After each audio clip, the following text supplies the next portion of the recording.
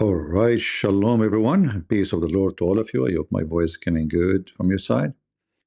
I know that today we will not have too many audience because they have this memorial for brother Charlie. Some people like to watch those things, but for me, I mean, if I was there, actually, I will show support not because I like to watch, but just to show that the Christians are not an easy cookies and we are here to stay. It doesn't matter how many you kill, uh, you know, the plan will never work.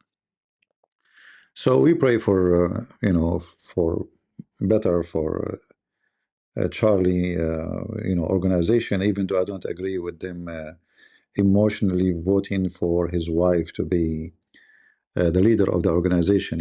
As I know about her, she was Miss Arizona, something like that. Which doesn't make sense, to fit for such a job. But people emotional. Um, so they voted for the wife, which is not right. I hope she will not mess it up. We pray she will not, because you want someone is capable of such a work, not emotionally voting for someone just because she is the wife. And what I know about many who face such a situation, a year from now she will get married, 2 years, 3 years, whatever, she will get married, she will find a new man, and she will live her life. So I don't believe that they did the right thing by voting for her to be in charge of this newborn organization. Anyway, I hope I'm wrong. All right. Um, she was even more conservative than Charlie. I know nothing about her. Maybe I'm wrong. I hope so. I hope I'm wrong. Sometimes we pray that we are wrong, right? But I hope they don't make a like emotional vote for her to be the president. I hope they made it right. We pray for that. Anyway, the story today is Alibaba. What is the connection between Prophet Muhammad and Alibaba? I respect Prophet Muhammad a lot, and many of you think I don't. How is the life is going by, guys? Is it coming good? Is the audio coming good? Because my software, for some reason, sometimes give me says there's no data. I'm not sure why. Uh, Charlie said he would want her. All right, I know. We will see. Well, again, I pray I'm wrong. Some, like don't, as they say, don't judge the book by the cover. Like if you look at me, unbelievable. I mean, what kind of cover this cover is? Like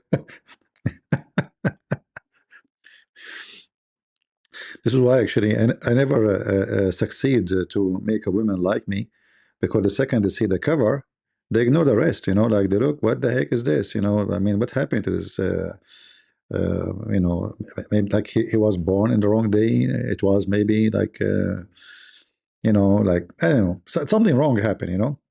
So hey, maybe she isn't like me. Don't judge the book by its cover. You never know.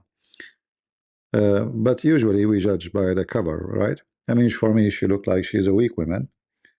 But maybe I'm wrong. I hope so. Some women, they can be way stronger than men and they can be more sharp. You never know. Like actually, I heard a speech of the wife of the governor of Florida. His wife is unbelievable. This woman, she is something. I won't be surprised actually that this guy he got many of his ideas from his wife. She's very, very sharp, you know. And this is proof that Muhammad is an idiot when he say women is half a brain. Yes, there is some women are half a brain, but there's some men don't have a brain at all. In fact, a man, if he walk in the street and he see a woman wearing short skirt, his brain is gone. You know, even if he have a big brain, his brain will have two wings and will fly.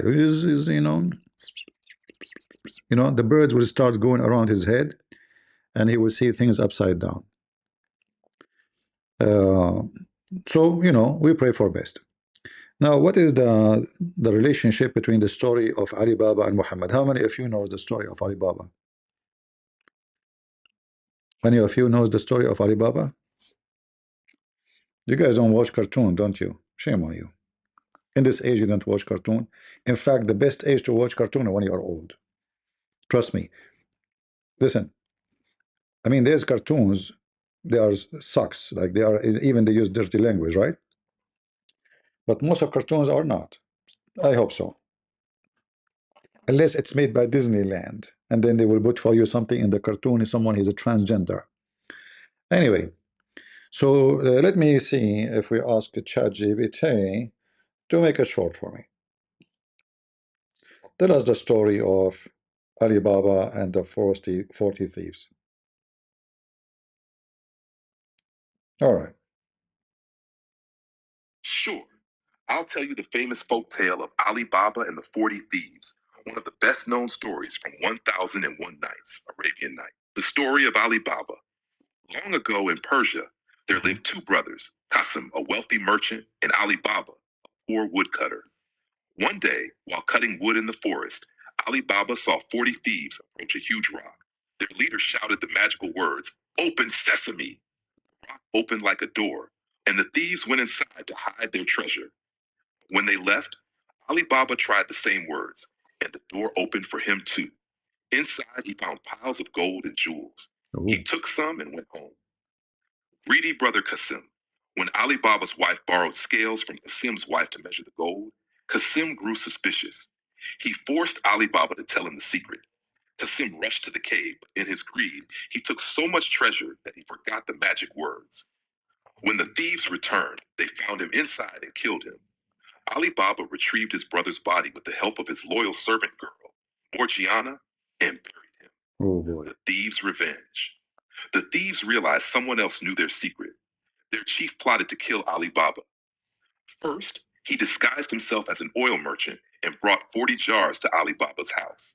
But in fact, 39 jars were filled with thieves hiding inside, ready to attack at night. Morgiana discovered the plot. She heated oil and poured it into each jar, killing the hidden thieves. Later, the chief himself tried to kill Ali Baba while pretending to be a guest. Again, Morgiana saw through the trick and stabbed him before he could strike. Man. Ending Ali Baba was forever grateful to Morgiana. He freed her from servitude and treated her like family. With the thieves gone, Ali Baba and his household lived in peace, using the treasure wisely and generously. Moral of the story: greed leads to destruction, but wisdom, loyalty, and honesty bring safety and prosperity. Would you like me to tell it in a shorter version, like a children's bedtime story, or in a more detailed version with old-style language? No, thank you. So as you see, now for sure those stories are just fictions, and we have tons of stories Muhammad he took from the 1000 Night and Night. This is one of them actually, about a cave, about a treasure, about jars, about a woman, open simsim. Now the names this guy in the ChatGPT could not pronounce them correctly. Like her name is Morjana, and the story is a Persian story for sure. This is not a story. This is have nothing to do with Arabia. But we know that Muhammad, he have a companion. His name is Salman al-Farisi. Salman the Persian. All right. In fact, I believe his name is not really Salman. This is not his real name. We do not know really his original name. This is his name after they gave it to him after he became a Muslim. Salman al-Farisi, he was supposedly, based on the story, which Muslims tell us, that he was a Persian. He went to, in a journey, and in this journey he met some, Sabian. So he became Sabian. Then the Muslims, they have other like additional story for those stories, and they say he became a Christian. But what I can confirm from the Muslim books, that this guy, he became a Sabian. And Sabian, they are people who worship stars, and they believe the stars are, and the angels are kind of a creators too. So they have like and they have versions. They have Hur. They do ablution the same as Muhammad. They fast 30 days. They welcome the moon in the in the beginning of the month, of the moon month. Every month have a different name, and then they go to the city of Ur to welcome the new moon, which is where they stop fasting. So it's the same. Muhammad, he copied from them a lot. Uh, and here we find that all those stories in Islam is under the influence of Alibaba and the 1000 Night and Shahrazad and Shahrayar and tons of fiction stories. If you check any story about Muhammad, you will find that you cannot find any really evidence of anything have to do. Like that's why we saw some noise about J. Smith making a claim that Muhammad never exists, right? And it was supposedly a story about Jesus, which is not really true. It's possible that Muhammad never exists. It's possible, you know, but we don't have any evidence of his existence or not exist. So we cannot really confirm any of those. They can be both theory. But we can confirm that the stories Muhammad he came with, all of it is coming from fictional stories. The flying carpet, a river of wine underneath of you, a river of milk, a river of honey, a land where trees coming to Muhammad, talking to him, converting to Islam. Muhammad sitting under the tree because he wanted to do poo. The tree came to him and they keep him in the shade. Talking animals in the story of Muhammad. Like we have a story in the Bible about a man God he warned him, like the angel he spoke to him, using the mouth of a donkey, but the donkey did not talk. But in the Quran you will find that all animals are talking. Even rocks they speak to Muhammad. Muhammad, when he walked in the street, he heard the rocks saying to him, "Assalamu alaikum, O Prophet of Allah." And as usual, nobody heard it except Muhammad. Nobody heard it. And Muhammad he claimed that the mount which is close to in Mecca, he always speak to him. Uh, Now we don't know that if Muhammad is a true person, and those stories are about a true person, most likely Muhammad, if he is really exist and he say those stories, mostly he's mentally sick and he hear voices. But if we check every story in the Quran, we will find that it's coming from Alibaba, shish kebab, any kind of a story. This guy is a story collector, and he add in his life book anything. If there is any Muslim, by the way, would like to prove us wrong, feel free. I don't know if any Muslim can convince us that we are wrong. I don't mind to hear but I challenge any Muslim to name for me one story in the Quran is not Alibaba. One story. In fact, even his story about Jesus is Alibaba.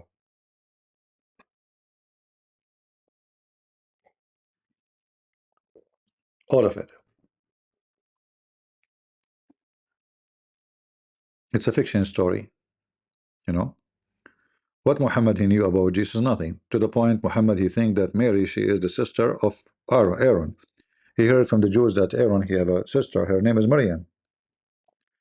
And that's why you see in the Quran, he claimed that Mary, she is the daughter of Imran, but Imran is the father of Moses and the father of Aaron. So this guy is an idiot, if he's exist, and he always collects stories. Do we have any Muslim from the Alibaba cave? Yeah. Actually, maybe today we will not find any Muslim to challenge me, but maybe tomorrow we hope. Like I'm not expecting too many people to be here, as you know, because the people are watching the memorial. People like to watch those things. For me, I have a mission to finish or to continue, more important than my death or anyone death. Like, I would die, Charlie die, and you would die, whatever would die. But we have a mission to continue. Uh, do we have any Muslim? Any Muslim when I say to me I'm lying about that Alibaba is connected to Muhammad, and Muhammad he took a lot of stories from Alibaba book? Hmm? Who is a Muslim would like, would like to join us?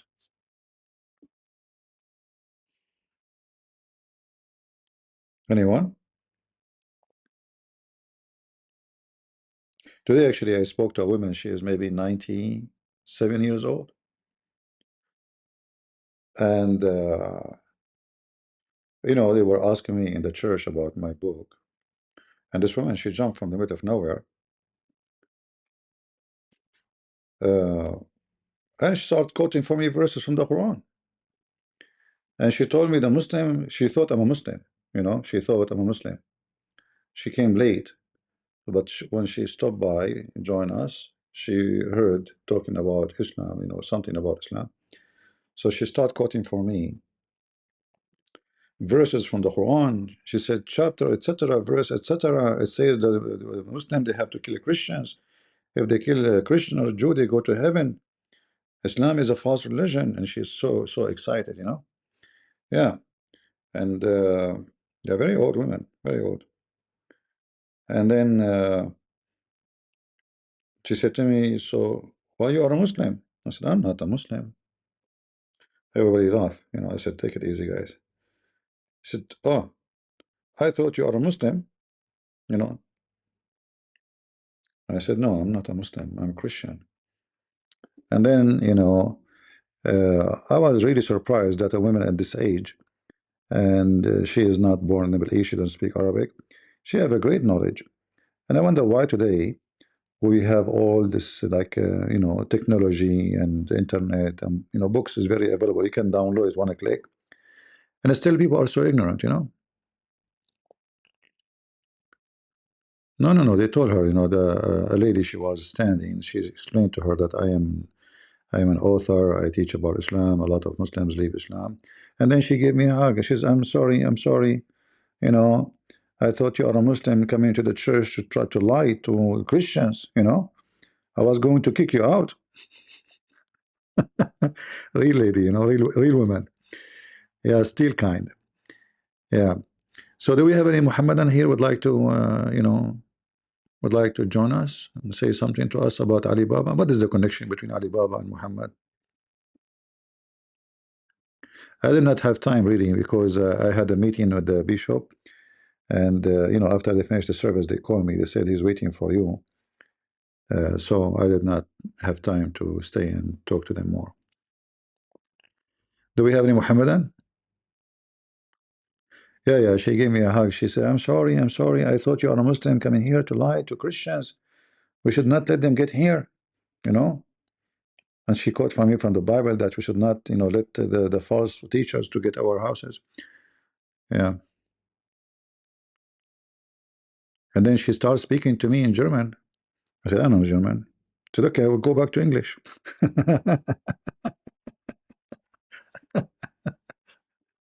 She switched languages. So I wonder this woman when she was young. I mean, when you get older, you lose memory, you lose. But she's very sharp. Do we have any Abdul?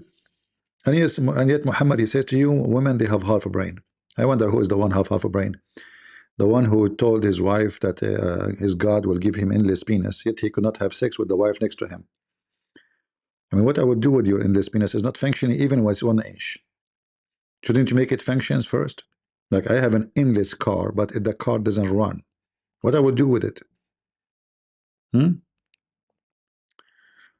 Do we have any Muhammadan would like to join us and tell us about Alibaba and the true story of Prophet Muhammad? Anyone? Who's a Muslim wanna challenge me? And I will show you from with evidence. We don't make speeches here.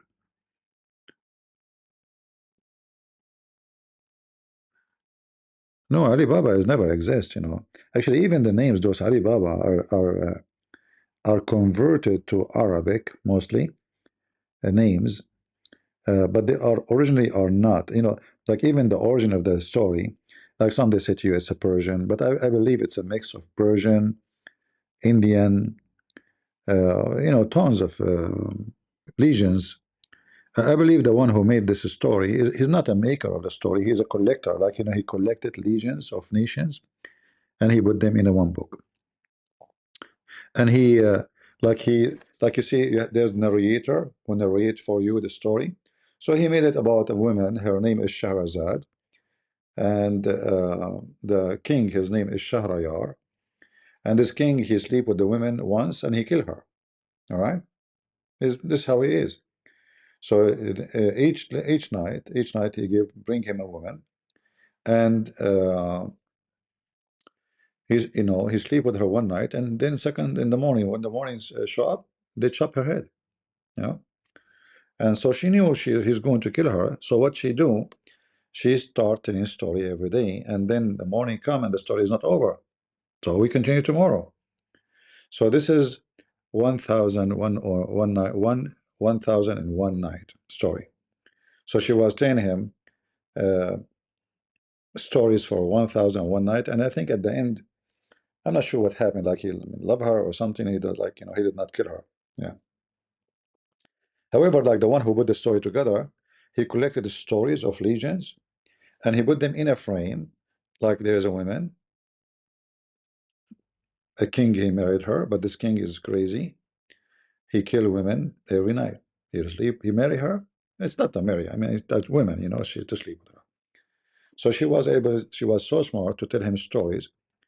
And then he became so curious to know what will happen next. Shall I kill her? So no, we don't kill her. We continue the story. So every night she have a new story, and to tell him, and he listened. And Alibaba is one of them. Uh,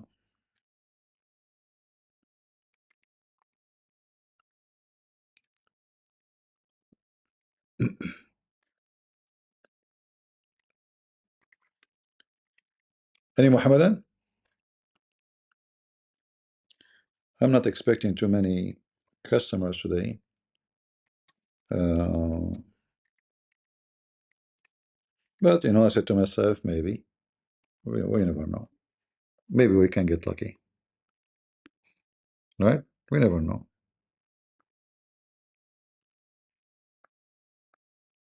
Any Abdul?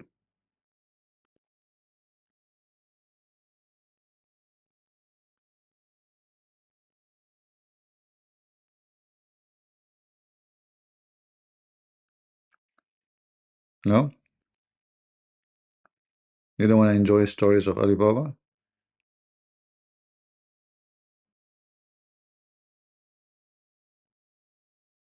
Hmm.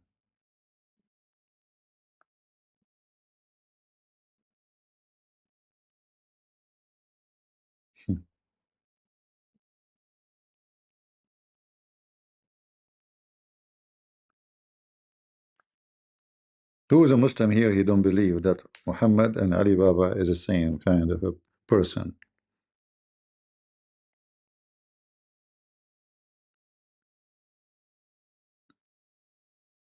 Muhammad, he was a leader of thieves, and we don't know if they are 40 or less or more, but in the start they were even less. Or the Arkan al-Iman things, Sunni Islam. Yeah, the Sunni Islam, they believe in them, and the Shia, they have the same, but the Shia, they add their own about Ali and the family of the Prophet.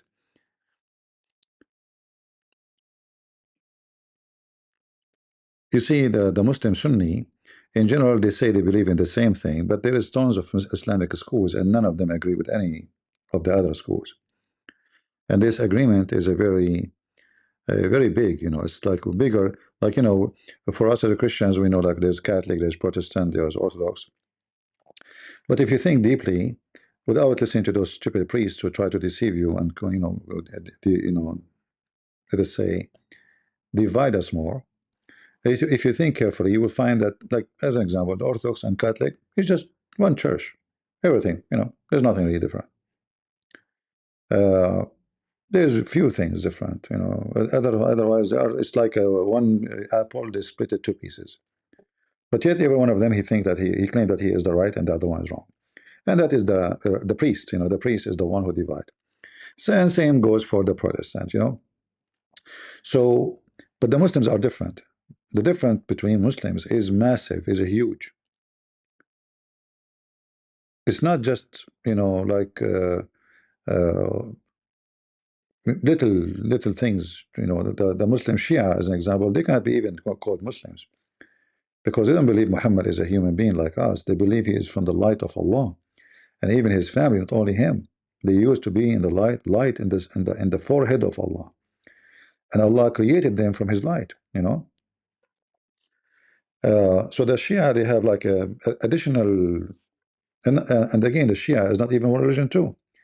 The Shia has thousands and thousands of religions inside the Shia, but there is like a major branches of Shia, and there is smaller branches. Same for the Sunni. All right, come to Orthodox Church. I do not need to come to Orthodox my church, my friend. All churches are my church.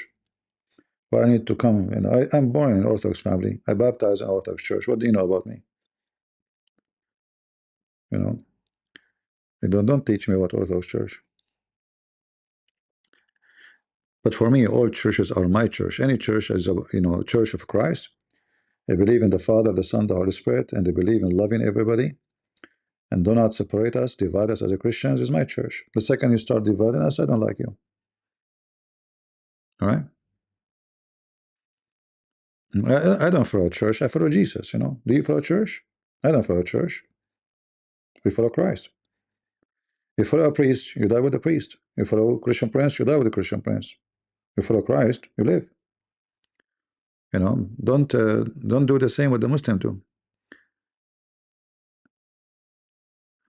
Maybe he meant to speak at our church. I tried actually. Neither Orthodox, neither Catholic, they welcome people to speak against Islam. You believe it or not? The only one who welcomed me to speak against Islam is the Protestant. Yeah. In fact, you know, Orthodox and Catholic are scary when it's come to this topic. You know, the bishops and the patriarch, they refuse to even mention it, and even they lie and they say we worship the same God. And that's why I don't trust priests no more. You know, unless the priest he proved to us that he is really a man of God, and he said the truth. But if you also go to official websites of many of those so-called official churches, then you will find in their website says Muhammad is Abrahamic. And not only that, you will see many Christians, even Protestant, they have wrong information about this Muhammad. They say Muhammad is from Ishmael. You ask them where it gets from, then there's no answer. Where you get this from, that Muhammad is from Ishmael? Just give me an answer. You know, just copy somebody, someone, somehow. In the old days, he mentioned that Muhammad is from Ishmael. He heard the Muslims saying that, so he put in his book, and then since then the Christians they copy paste. All right.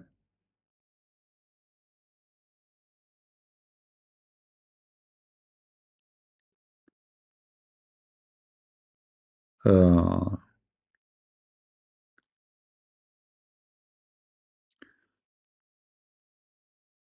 do we have any Muhammadan here?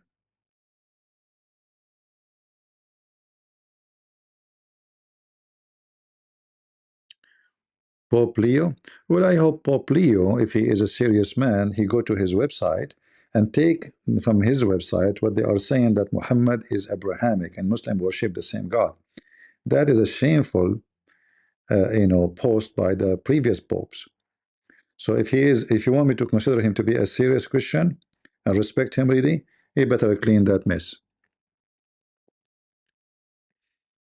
Otherwise, he's the same. All right. Somebody have to correct the garbage of the previous one. Enough is enough.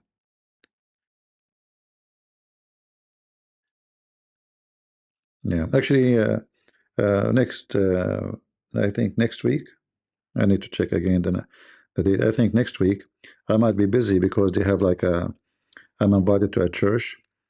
Um, they have like a kind of conference. The church celebrating, I don't know, like 100-year establishment, etc. Like the building the church. So they invited me, and I might be busy for a few days, something like that. We will see. Do we have any Muhammad in here?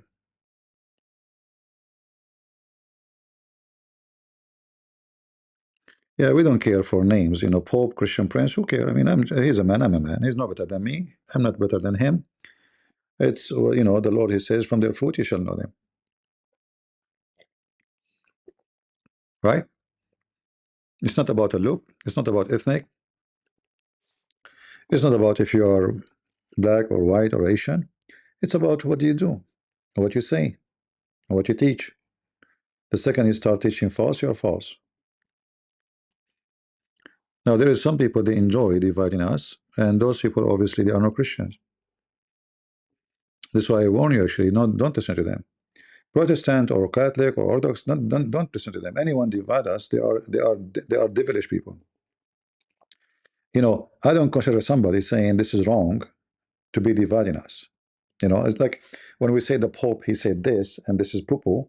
I'm not dividing, I'm just saying the truth. And we have a proof from the Bible, easy clear, you know. But then somebody, when I meant us, you know, he says to us, oh, they are not Christians because they don't have icons. That's stupid, you know, you're just being stupid idiot. You know what I mean? Or saying the opposite, like, okay, yeah, they have pictures. Oh, that they are not Christian. That's stupid, you know. That would not make you Christian. If we do wrong, that means we are not Christian no more. Well, all of us, we are not Christian no more. Then, I mean, all of us, we did wrong and we do wrong. Yeah, but there's some people, they are evil. You know, the religion is a business for them, literally a business. Like even now, like, you know, they have the memorial to brother Charlie. I assure you that this stadium, you have to buy a ticket, and God knows how many $1 million they will collect, and it's, you know, even in your death, they make it a business. Do you think the stadium is open for free? No, it's not. Buy your ticket, right? Buy your ticket. Even debate, you know, those you know, supposedly Christians, like what is called this channel, Modern Day Debate. I don't know. This guy is Christian himself. I'm not sure. Buy your ticket. Like, ticket for what? Oh, we will bring you this guy and this guy. Okay. And why we need to pay for it? I mean, what about do it online and nobody need to pay for it? Oh, we are going to rent a place for you so you can come and we give you a chair, you know? And we bring two microphones. This is not easy, my friend. You have to pay. And then they tell the two debaters, uh, we assume to make, let us say, $100,000. We give you 20 and 20 to you. This is 40, and the rest for me. It's a business. And then you find yourself sponsoring Muslims. Why? Because the Muslim, he lose or win, he will get $20,000 for his pocket from your money, right? It's a pure evil. It's a business. And you know, the naive one, they go and spend money because they are looking for entertainment. They are not really seeking God. They are just seeking entertainment. Let us see how they will entertain us. Who would do better as an entertainer, right? And now the memorial for Charlie is going to turn into business. And like now, even the one who never spoke to him, who never liked him, suddenly he is his friend, and he liked him very much. And you know, once he took me to a dinner, but God knows he never met him before. You know, yeah, everybody became his friend. You know, oh, I ate ice cream with him. You know, I remember, and then if you know, like he dropped ice cream in his, I gave him my tissues. You know, he was very friendly, very, you know, we were very close. You know, but maybe he never met him. So it's just to promote themselves. Everybody now is somebody connected to me, myself. I never know this guy. I mean, I saw his a video, one or two. I don't know if he watched my videos. I have no idea. But I'm assuming if he watched and someone like Opposite Prophet, there's no way he did not watch my video, because when I was speaking about Islam, Opposite Prophet, and he was a, you know, he was a kid. He was an atheist too. So I'm assuming that all of those who learned about Islam, they watched my videos. There's no way. But I never spoke to him. I never heard of him before. I saw his videos, you know, maybe a year ago, something like that. Somebody mentioned his name. They said to me, "What do you think about this guy?" I watched his video. I said, "Okay, he's good. Sound good." You know, yeah. Otherwise, I don't know him. I know nothing about him really.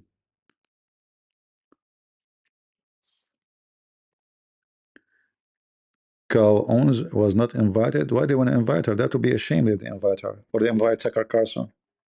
Scumbags. I'm drinking tea. Anyone want some?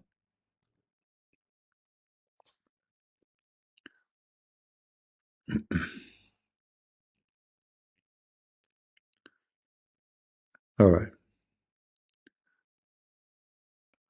Anyone have a question for me? Look like we don't have any. What the name did the Arab Christian? Let me see the question.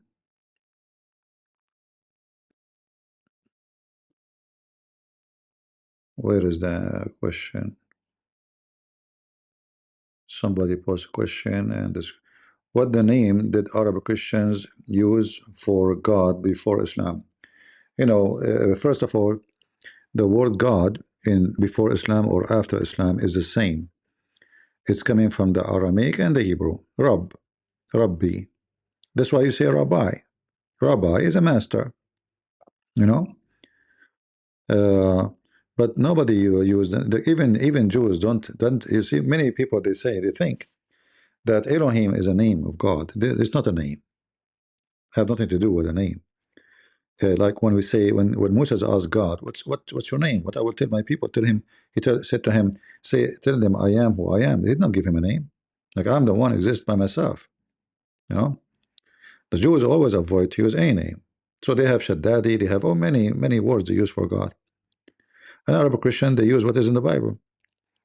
But then when the Muslims occupy them, they force the name Allah on them. All right. Otherwise, there's no name in the whole Bible for God. There's no name. And people will say to you, no, he said it to him. You know, no, he did not say. Each time Jesus says, I am, he's saying the same as what the Father said. I am the living God. That's what God said. He did not say, he did not give him a name. Why God gave the Jews desert, dead land between their enemies? First of all, I mean, um, you know, Jerusalem is not a desert. In fact, Jerusalem is a miracle. I don't know if you know. There's a river goes down deep in the ground and then appear inside the city. So it might appear for you it's a desert, but it's not. That's why Jerusalem flourish. How Jerusalem became Jerusalem? A very amazing Jerusalem, you know, like a city. Cities cannot be built unless there's water. Now, tomorrow, next century, it doesn't matter because a human being and water is a necessity. It's not like I can live in a place there's no electricity, you know, but I cannot live in a place there's no water because water mean farming, mean food, mean drinking, mean cleaning, mean everything. So you are mistaken when you say it's a desert. Secondly, uh, they have what is enough for them in that area. There's many sources of water. In fact, they are blessed more than other nations around them. Like Jordan have zero water. There's nothing. Nothing. There's nothing in Jordan. In Jordan, you can't even flush your toilet seat. They bring them water like they open the water for houses, I think twice a week, especially in the summer. And Jordan is buying water from Israel. Go right now, search in Google. You will find that Jordan buy water from Israel. So when you think that it is desert, you are mistaken. And on top of that, he gave the land to the Jews. Even the desert, they will make it a green. Like the city which Muhammad he killed the Jews in, Yathrib, which now called Medina, it was the most green city in all of Saudi Arabia. Well, why? The Jews gave the desert to the Jews, they will make it a farm. Gave the heaven to the Arab, they will let the goat eat it. Secondly, you know, the land wasn't the same as you see it today. The land we see today is not the same as the land was before. The Arab, when they invade this land, and then the Ottoman, they destroy everything. Like as an example, Syria used to be green, not you know, not like now. But then the Ottoman, they cut all the trees to build palaces for you know, and they cut the cedar trees from Lebanon, and everybody still they will not cut trees from their land. They cut it from those land. They occupy, you know, they occupy them. And then the Arab came before the Ottoman, and they have their goats running. The goat, they will not let any green. You see, when you do, when you grow animals, if you are smart, if you have little brain, you focus on an area, and then you give other area chance to grow again. Trees, grass, whatever it is. But the Arab just let the goat go. Anything, any plant pop up, they chew it right away. So the ant have no option to recover. And then when there's no plant, the rain will not be sustained, it will not stay.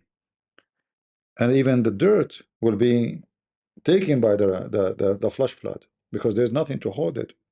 So it destroyed the soil, destroyed the environment, and then it became a desert. So you are mistaken when you think about. And on top of that, now that we discover even Israel, they have a lot of gas and oil. Yeah. And the most important blessing for a land is a nation. The capital is not the land. It's not even the money. The capital is the people. So like the Saudi, they have a lot of oil, but they don't have people. I'm not saying they don't have population. They have, but they have a bunch of dummies. So it doesn't matter how rich Qatar is. They will never be anything. They can buy weapon. They can bribe president. They can make Trump do things for them. They can bribe the FIFA, but they cannot be a nation. There's no future for them because the people are not at the capital. They are dumb. They are evil, yes, but they are like if you go check right now about what the Israeli innovated, the Jews, forget about Israeli. How many Israeli or how many Jews they invented something, and how many a person from Qatar invented anything, or from Saudi Arabia. The Muslim, they will say to you, we have many scientists. All of this is a lie. Almost every single one is known to be scientists in the history of Islam, either killed by Muslim or tortured or thrown in jail because he is an apostate. They lie.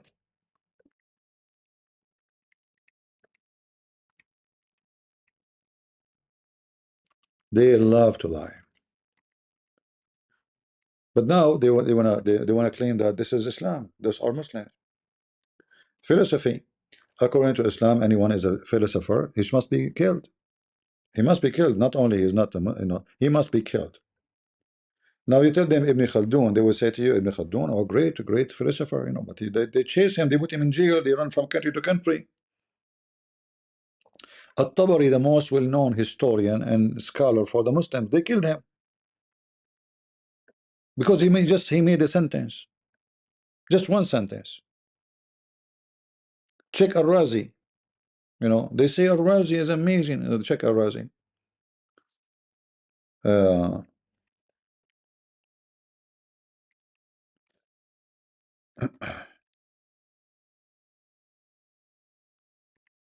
they love to lie.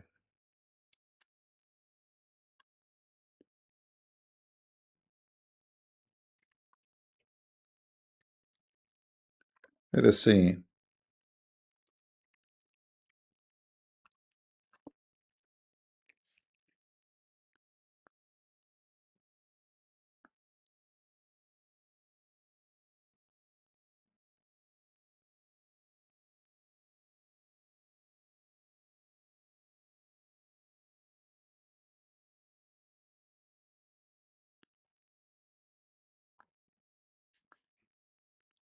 As an example, this is a list of the most famous, well-known.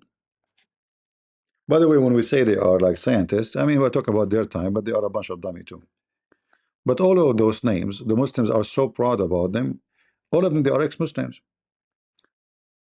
Every one of them. They're ex-Muslims. If we translate this page, let us translate one by one. Ibn al-Muqaffa, Al-Farabi, Ibn Sina, Abu Ala al-Ma'arri, Abu Bakr al-Razi, all they are atheists, and they are not even Muslims.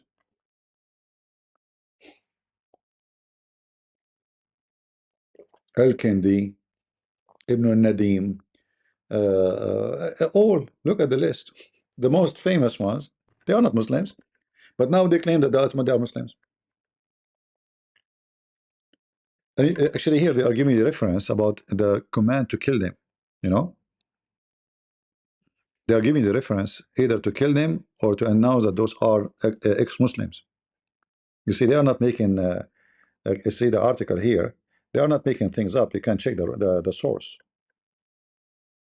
All right. So each one of those. And now, if you ask any Muslim, they will say, "Oh, this is you know Ibn Rushd. Ibn Rushd is a famous Muslim." He's not. He's a misguided atheist philosopher who says that the Prophet imagined people to be contrary to reality. This is what Ibn Rushd said. And this is the book reference, this is not a they love to lie. Ibn Asakir, the Muslim, what they say about him, a heretic philosopher who worked in music and astrology. He was one of those who translated the Greek books. His father Musa ibn Askar and his brother Ahmed al-Hassan were also astrologers and philosophers. And the reference, a heretic, they are not Muslims, etc. This guy is an infidel, a philosopher, atheist, etc., etc., etc. His son Ibrahim Nutabit and his grandson Tabit, and they died, and their misguidedness. Source biography and of the noble figure, or let's say page 485 and volume number 13. And then you can find the same, the beginning of the end, 1185. So all of those, you see, all of those prove that those are never been Muslims. And all of this is written by Muslims, not written by anybody else. But the second you show them these pictures, you say, oh, this is a Muslim. Oh, this is scientist, is a Muslim.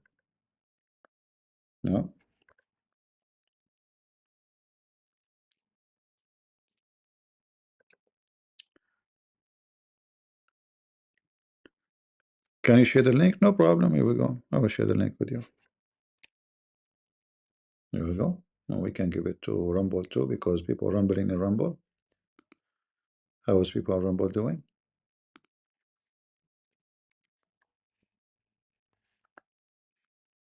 All right.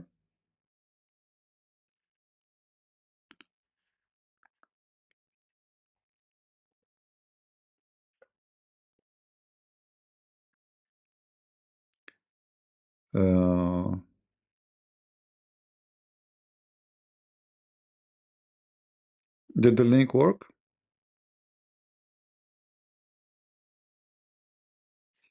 I mean, for the Muslims, even Al-Qurtubi is a kafir. Al-Tabari is a kafir. I mean, who is not a kafir? Just say one statement. You're okay. Somehow you see the Muslim the same as this guy, the bald guy, Sam Shamu.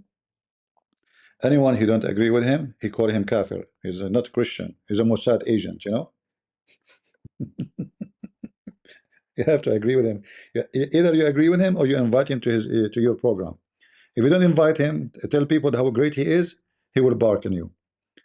But the difference between some Shamshun and the Muslims, that those, they will kill you. This guy only have a mouth, he bark at you and until you bring him to his program. Like he will stop barking, like invite me, okay?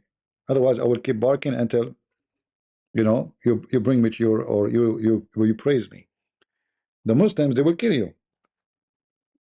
I mean, imagine that Tabari, what they have done to him.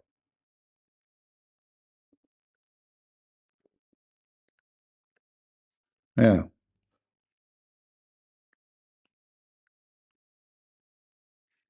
No, this is nothing. I mean, there is endless reference, about the Jahiz. Actually, this is one of my favorite author. This guy is a genius, actually. But he is not really. I mean, I don't want to call him a scientist, but this guy for sure he have a very complicated brain, and I don't know how in the world actually he's born in this area. But all of them, they don't match in Islam, and they are not Muslims, and they have nothing to do with Muslims. But uh, the second you became famous, the Muslim they will hijack you. Muhammad, he went to the city of Yathrib. He saw the Muslims, the Jews fasting. He said, "Why you are fasting?" He said, "Oh, this is the day where Moses they crossed the sea." So you know what? We are more close to the Moses than you. He just arrived to the city. He stole Moses from them. If you speak to a Muslim, he will say, "Oh, we are more close to Jesus than you." They are thieves. Any name. You know the guy, what's his name? The founder of Apple. What's his name? Job. This guy, he's adopted. He's adopted. His father was Syrian. He's a drunk. He's a gambler. His mother, I think she was a prostitute too. So they dump him. And then two parents who they are Jewish, they adopted him. The guy he died, he didn't believe in such a, I think Jews or Christian, I forgot the parents, maybe Jews. After he died, the Muslim, they start he's a Muslim. But this guy, he didn't, what is had to do with Muslims? Oh, his father is Syrian. So what if his father is Syrian? Can you show us once where he went to the mosque? He prayed in the mosque? Never. No. Yeah. Anyone, he become famous, they hijack him. Alexander the Great. Alexander the Great, in the Quran, you go in the Quran, suddenly Alexander the Great became a Muslim. Anyone is famous. Madonna is a Muslim, by the way. Why? Because she show her ass. Any woman she have nice ass, she's a Muslim. No.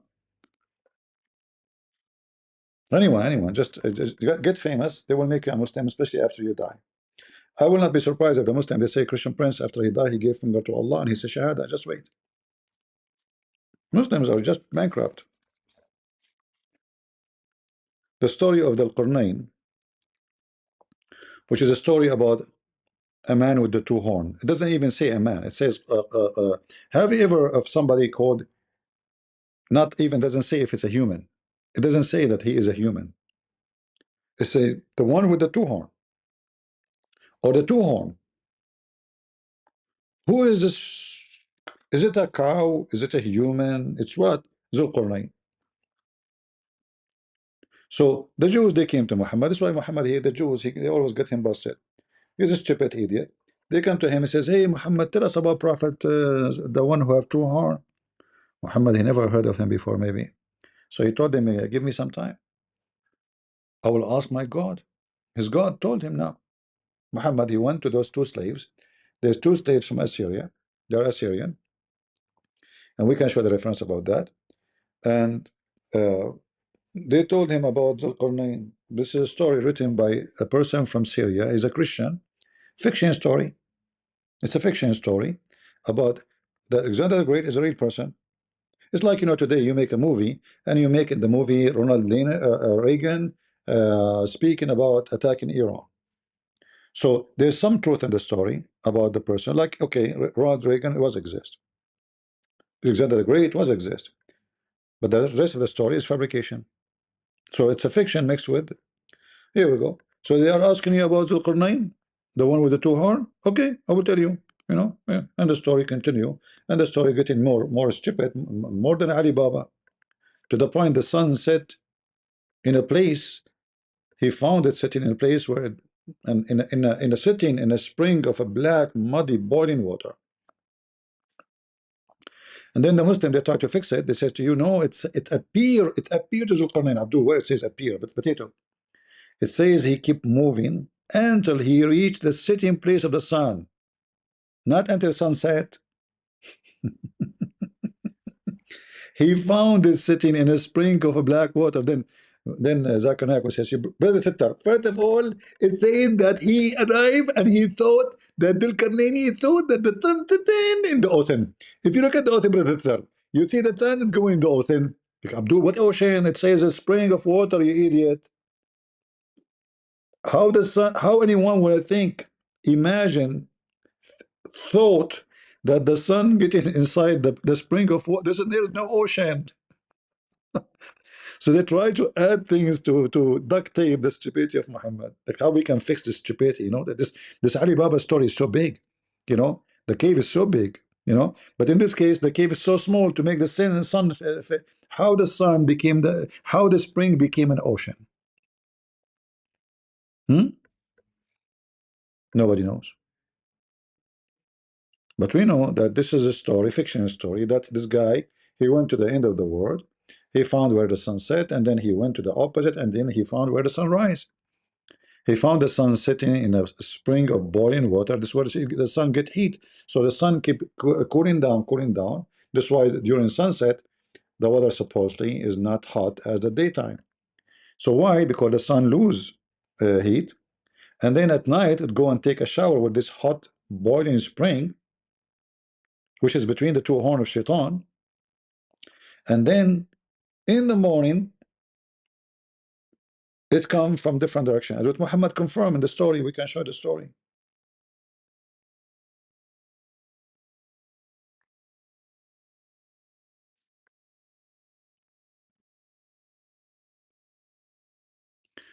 Well, we don't know if this is story about. We can check about Zakir. Hold on, let me see. Zakir Naik channel. Where is Zakir Naik channel? Zakir Naik. Give me a second. If he is not making more videos, maybe the story you are talking about his health issue is true. Zakir Naik. Where is Zakir Naik? But if he is appearing again, as usual. Okay, this is his channel. Let us go to his page. Oh, this is not his channel actually. Where is his channel? Official channels.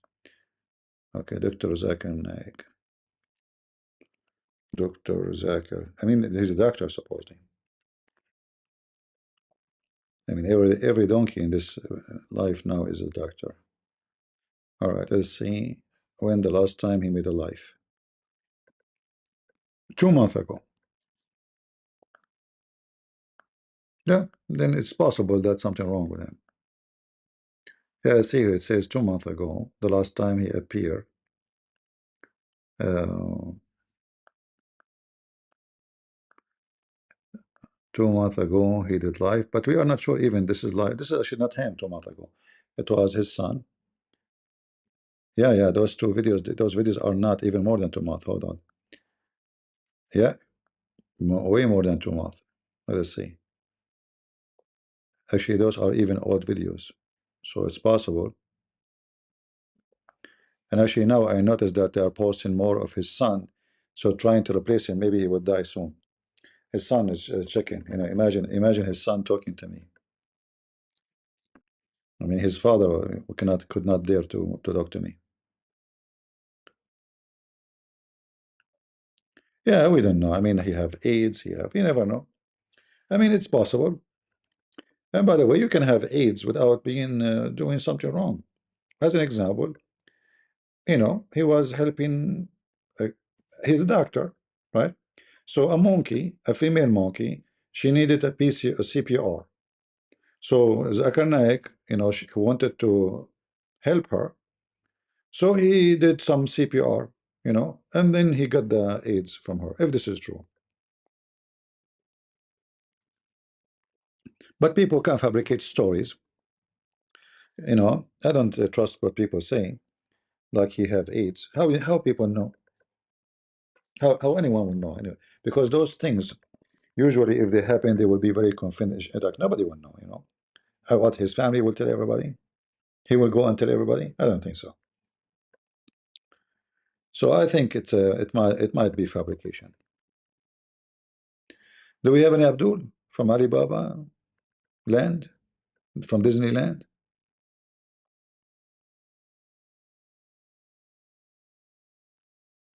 Who care if he will live or die, my friend? He's an idiot.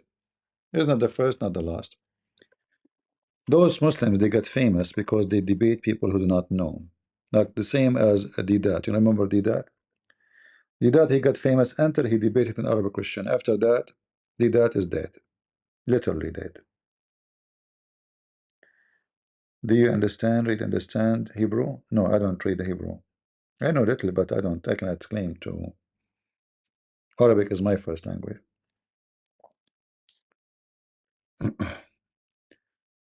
Uh, grammatical mistakes in the Quran. Everything in the Quran is the word Quran is wrong. In Arabic, you can't say the word Quran. There's nothing called Quran because it's not Arabic. That's why it's coming wrong. Like the word uh, qara'a, it's not even Arabic. This is coming from the Aramaic. Qarra wa ra'a. Qarra, he say. Ra'a, he saw. So he say what he saw. This is why the Quran is full of garbage. The language you see in front of you, this is not Arabic. They call it today Arabic, but it's not. Even actually the writing is the fabrication of non-Arab. Like, do you see those pronunciation, what they call them, dots and movement up and down? This is additional. This is not even part of the language.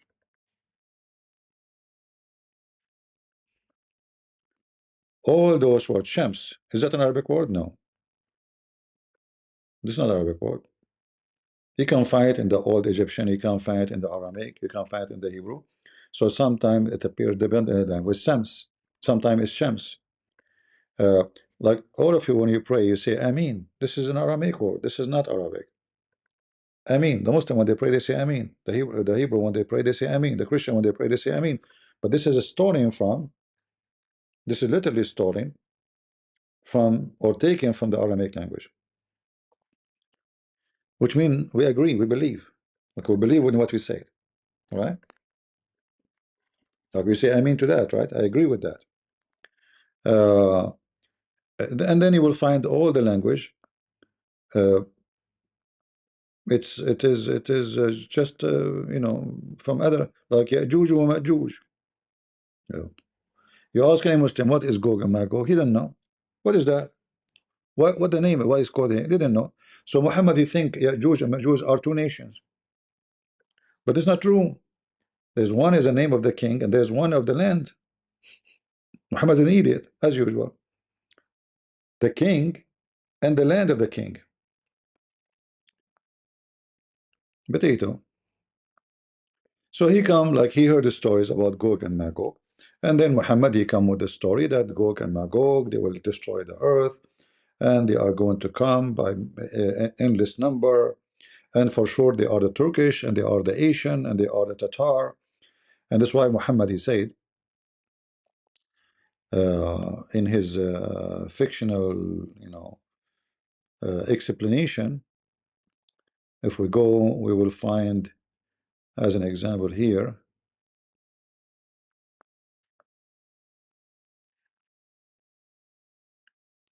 Uh, so he command the Muslim not to fight the Turkish. Why? Because the Turkish are Gog and Magog. Right?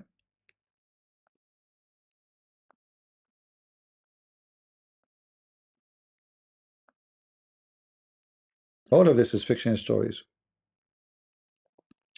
And then Muhammad he claimed that there's a guy, he's an Ethiopian, he will destroy the Kaaba, and there's a treasure under the Kaaba, and he will take it off. And then, stay away from the Turkish as long they stay away from you, because you are no match for them. Why? Because he's thinking about them as the Tatar, the nation who they are very aggressive, like in warfare. Like this, what happened actually? The Tatar, they are the one who destroyed the Caliphate of Islam, the Abbasi. We know the story of Genghis Khan and his army coming to the Middle East, etc. Right? Yeah. Uh,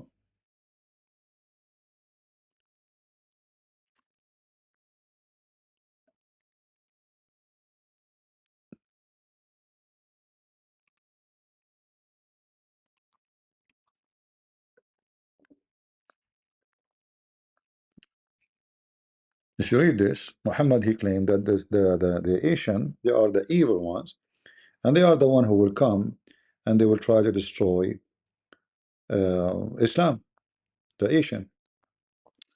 The prophets, he said, the hour will not be established till you fight with people wearing shoes made of hair.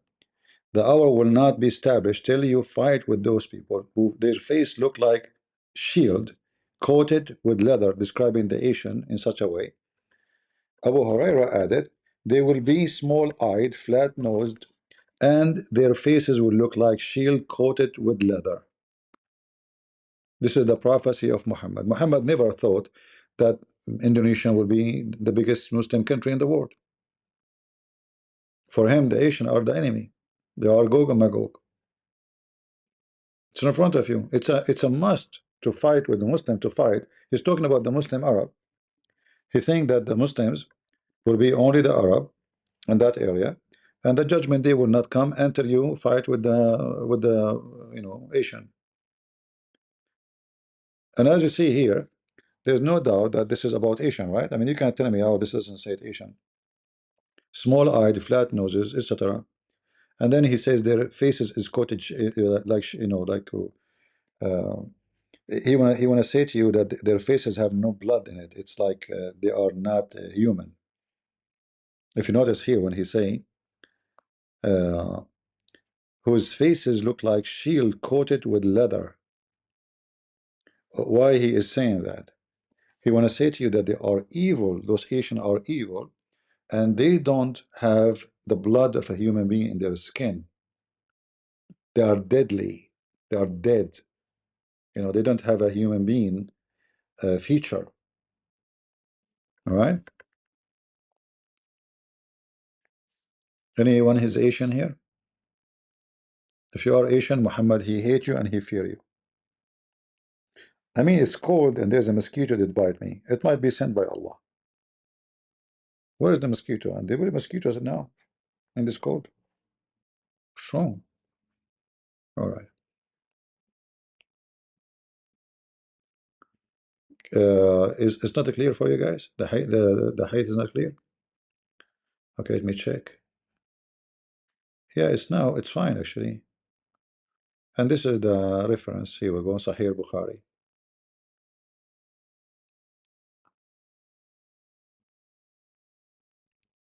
Yeah.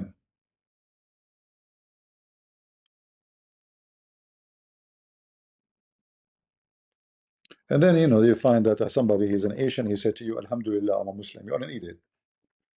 Or a black person. And Muhammad, he hate black people. We have tons of reference.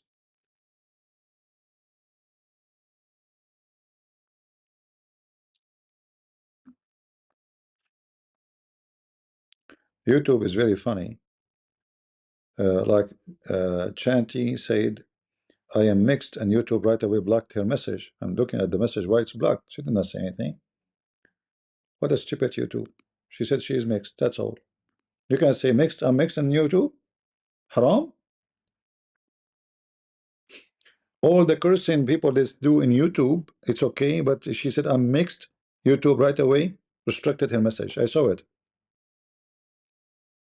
Nice YouTube, nice. It's a stupid software, I guess. It's not like somebody. If you zoom little,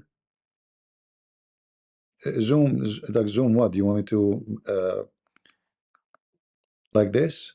What do you mean? I'm not sure really. Let me try. Okay, if I make it,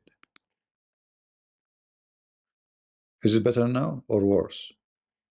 I'm not sure, guys, what you're asking me for. Okay, what about now? Is it better now? Is it good? No. Okay, what we would do?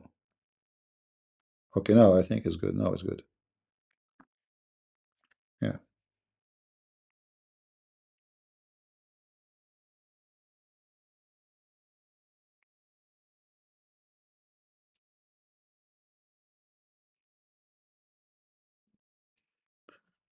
All right. Any Abdul from the stupid Alibaba story? Why the Asian? Why those small-eyed people? You will fight them before the day of judgment. Who are those Asian? You will fight them. Why you want to kill them? Because they are Asian? You don't like Chinese food? You don't like kimchi? You want to kill the Korean, huh? Hmm.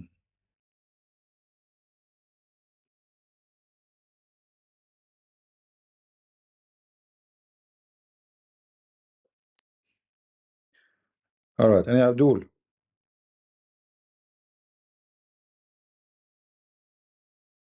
No, Abdul. Yeah, what we can do? I will not keep you for long anyway, as long we have no customers. And most of people, they are watching like this memorial for Charlie. And I wasn't expecting too many people to be here, but it's okay, you know. For me, it's good to see you guys and speak to you and share some knowledge. Um, for me, it's a blessing really to speak to people. There's many of you are wonderful, and I know that I receive a blessing from many of you. The Lord, He blessed me by those people who listen and they come and uh, they show up to learn because they will have a job too later. You know, the mission have to continue. People learn. I learned the same as you learned, and your son will learn from you, maybe from me, and then your son will grow, and then he will teach, and then his son will learn, and the mission continue. So it's a blessing for us not to spend our time doing stupid things. You know, I can go and watch a movie right now. You know, who's holding me? I can go out. You know, I'm a single man. I have no children. I have no wife. And I go for a walk, have fun. Uh, but I believe there is something is important. The life is very short, and if somebody is serving a mission, his life is not short because he will accomplish a lot in a very short time. Like this brother Charlie, he's just a young guy, 31 years old. He was able to accomplish a lot in a very 10 years. He started in the age of 18. When you are 18, who's going to listen to you? Nobody. You don't even have high school. Just he finished high school. He went to the university. He dropped college. Anyone you speak to him, they will say like, this is wrong. How you drop college? That's not true. It's not good. But this guy, he focused on a mission. He have a mission, and he did a great job. Uh, CP, I would have a topic, or I don't know what topic you are talking about. If you want to talk to me, make a sentence so I can understand you. Right? Well, my friend, we are here to teach each other, right? You can correct me too. You see, I make some silly mistakes in English because English is not my language. So anyone he think he is the teacher who can knows and he teach everything, he's just an idiot. All of us, we are students. All of us. If I did not learn something new every day in my life, the day is gone for nothing. It's a waste of time, right? So uh, you stay humble. You consider yourself always a student, and it doesn't matter how much you know. I assure you, know nothing yet, and that goes for me too. You know, uh, like even when we study the Bible, how many times we read the same page? I assure you, each time you read it, you learn something new because this is an amazing book. This is not a book, a story about a guy, he went somewhere and he did this and said that. This is very, very personal book. Speak to each individual in different way. So I can read John chapter 1, verse number 1 when I was 8 years old, and I can read it when I'm 16, when I am 19, etc. And then each time you read it, even if it's the same page, you will see something new. Like you ask yourself why it says in the in the beginning. What beginning of what? It's very deep, very very touchy, very. It's not it's the stupid Quran say nothing, make no sense. In the beginning, what is that? What is in the beginning? That alone you have to think about it. So the more you get deeper in knowledge and deeper in spirituality, close to God, the more you discover more about what the words mean. It's not words. There's no words in the Bible. Those are not words. You know, I can describe the Bible in a with my like funny English. You know, I'll try my best, but it's like, somebody, he is a healer and he touched your wound. There's somebody, he touched your wound and he hurt you. He touched it just to hurt you. Like you have a wound here. He touched the wound to torture you. The Bible is a book, touch your wound to heal it. And every one of us have his own wound, and none of them is look the same. It can be a wound for a man. It can be a wound of a woman. A woman, she got divorced. A man, his wife cheating on him. His wife, etc. The man, he lost his son. Everybody have his own wounds. But there's amazingly one jar of medicine. It's called the Bible. Can fix all wounds. Even none of them is the same. Even if you have the same problem, his wound is not the same as yours. Let's say somebody lost his son, and there's other person who lost his son. Trust me, the wound is not the same, because there's no two human being is the same. Even twin, they are not the same. So the Bible is a very different book. It's not like the Quran. The Quran, I read it it's a book of stupidity. Like what we read from what we learn from this. He found the sun sitting in murky water. Okay, what happened now?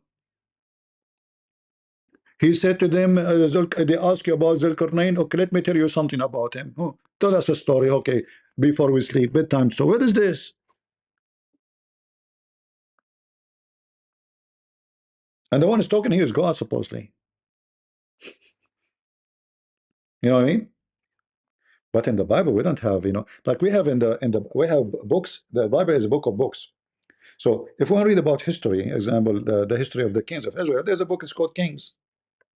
This king said, this king he did, this king he gave, etc. This king he cheated, this king he was good, this king he was bad. So it's a history book. But when we read what Jesus said,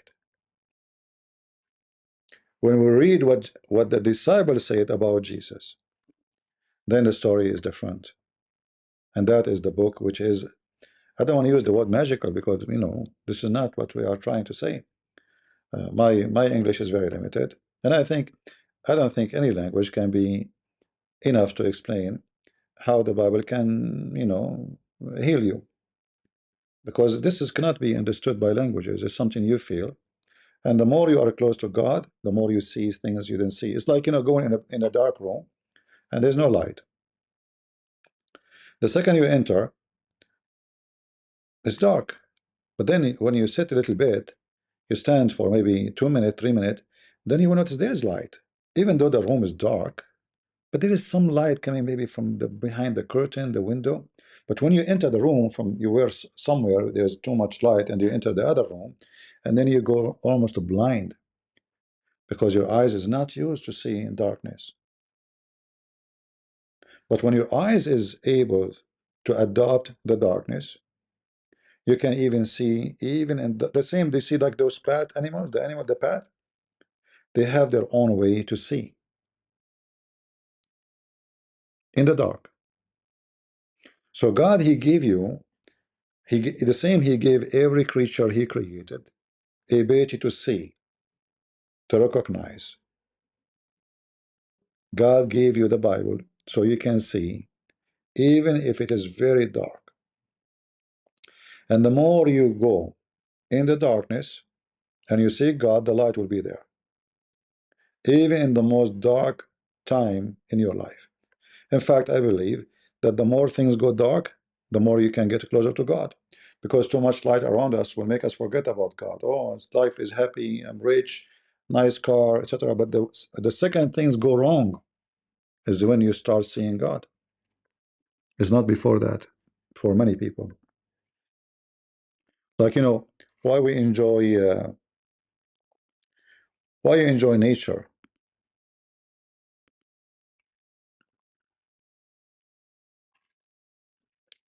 Why we enjoy nature? Why nature touch you? What the beauty of the sun, what the beauty of the ocean, look how beautiful those horses. They are just donkeys, you know. I mean, they are from the family of donkeys, but you enjoy looking at them. Beautiful. So you are able to recognize the beauty because of God, and you are able to recognize darkness because of God, and you are able to see light because of God. So all what you need is to be with God so you can see everything as it is. The second you stay away from God, you see a horse. Stupid animal. We ride on it. This is we use this animal. Yeah, stupid donkey. But when you are a person who believe in God and you believe in his ability and his amazing, let us say, like it's a miracle. Everything you see around is a miracle. So when you start seeing miracles, you see God. Even the horse, you look at the horse, what do you see? This is a miracle. How this look amazing this creature is. Look at the sea, look at the sun, look at the cloud. Like one of the most fascinating for me actually when I see the cloud in the sky, it's like an art which no art can beat it. That's the art of God. Look at the stars, look at the sky. It is God, and the Bible will make you close to God. So you can see the stars in different way. You can see the horses in different way. You can see the ocean in different way.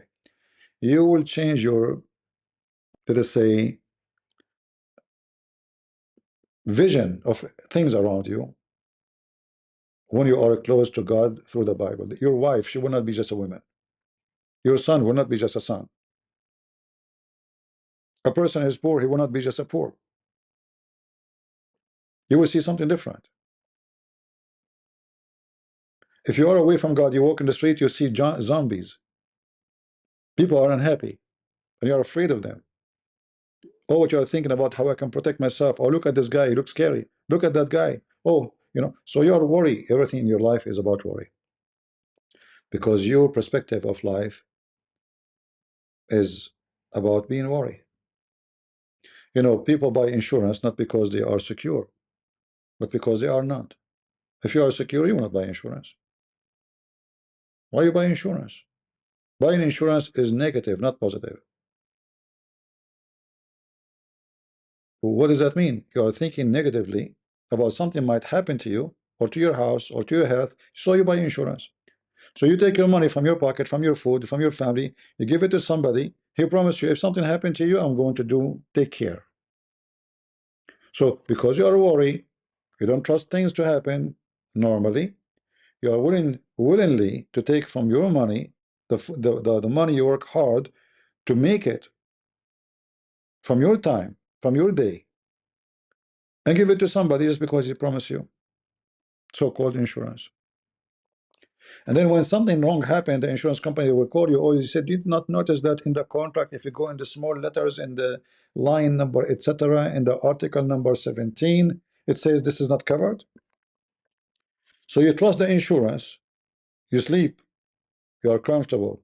Oh, if something happened to me, I will be covered. And then something will happen and you find you are screwed.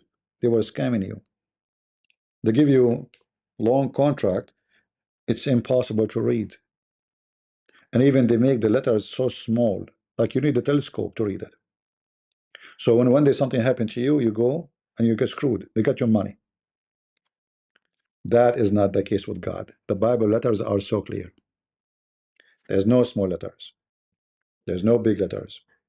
There's a true letters. And those letters speak to you. And you will see them if you decide to see them. You can read as just reading, but you can understand if you wish. You can love it, you can hate it, depending on you. It's your vision. I can see the dark room as an opportunity. I can see the dark room as a scary. Depends what I see. You know, a person. When one of the disciples of Jesus went to Egypt, there's zero Christian in this land in Egypt. Zero, zero. There's nobody. He saw an opportunity. There's nobody here Christian. Oh, there I should be. It's a dark room. Not a single Christian here. So he came to the dark room and he brought light with him. Other person, he would say, oh, there's no Christian here. If I speak about Jesus, they will kill me. I better run. Right? Each one, he see things based in his mission and what he decided to do. I don't know if my English is good to explain to you. You know, my English is limited, as you know, but I hope I was able to deliver a little bit of what I'm trying to explain. All right. Any question for me?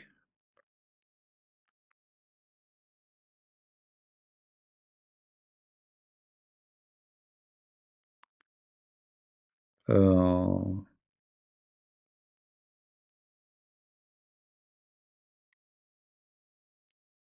right. Look like not too many. I understand what you mean. Yeah, we know. I wish my English is better to explain it. I always find myself limited. Like if I'm speaking Arabic now, I can give you way better explanation for what I'm trying to say. But you know, when you are limited in your language, yeah, you have to use the words you know. All right.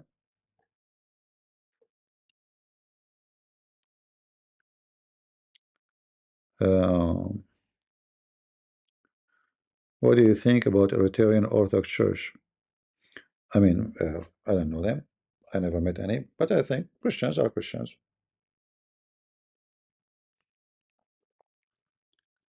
It's not about a group because a group, there's good, there's bad. In your own house, there's a good kid, there's a bad kid. We're gonna say, what do you think about there?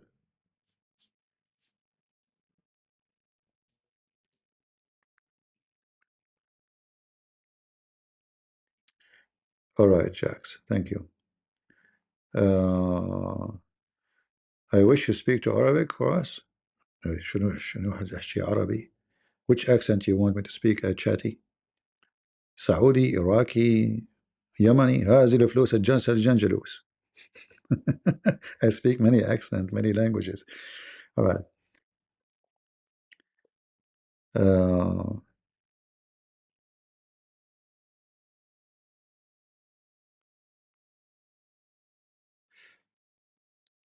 yeah. Do you think Egypt attack Israel in the future? Well, I mean, you see, if they can attack Israel, would attack today, not in the future. Israel today is a small country, you know, and Egypt is almost past 100 million. But you see, those countries are doomed. Economy is bad, food is bad, water is bad. I mean, everything is bad. Nothing working for them. Turkey is the same. So there's two major countries in this area, from like one from the north and one from the south, and each one of them is almost 100 million. But if both of them they attack Israel, they will not win. Because to win a war, number one thing is economy. War is costly, very, very costly. If you go to do training to shoot, you know, with your gun, just stupid pistol, you check it out for 15 minutes how much going to cost you if you are shooting. 15 minutes only. And compare that yourself to a state. So if shooting for 15 minutes costs you $200, $300, how is it going to cost a state shooting for a year maybe or 2 years? If you look at Israel, they are at war for the last 3 years, non-stop, more. Their economy is booming. It's not going down, it's flourishing. You check the currency of Turkey is dying. You check the Egyptian is the same.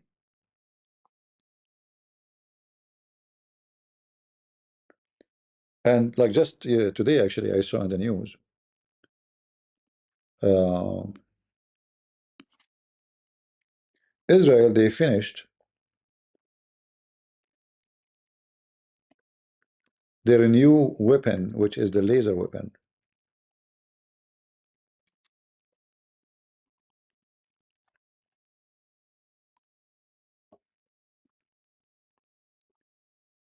Let me see if I can. I mean, they are beating everybody and everything. Small, tiny country. Small, tiny country. You wanna go with war with Israel? You will be screwed. And now with the new technology they are going to use to stop missiles attack, do you know how much it's cost? $6-7. Before, to shoot one drone, it cost them almost 70,000. Now it's going to cost them a little electricity. It's amazing. And nobody still until now have such a technology. You know, the Chinese, they fail. American, they could not even do it correctly yet. The same as the Israeli. I'm trying to see there's a video made by the previous Israeli Prime Minister. Let me see if I can find it. But you know, Israel have to be always vigilant because the enemy is waiting for you to do, you know, mistake, to get weak. When you get weak, they will eat you alive. It's just about they're waiting for you to be weak, you know. So if Israel one day they decide to be stupid, you know, like a wicked hippie, you know, they will get screwed. Ah, I found the video.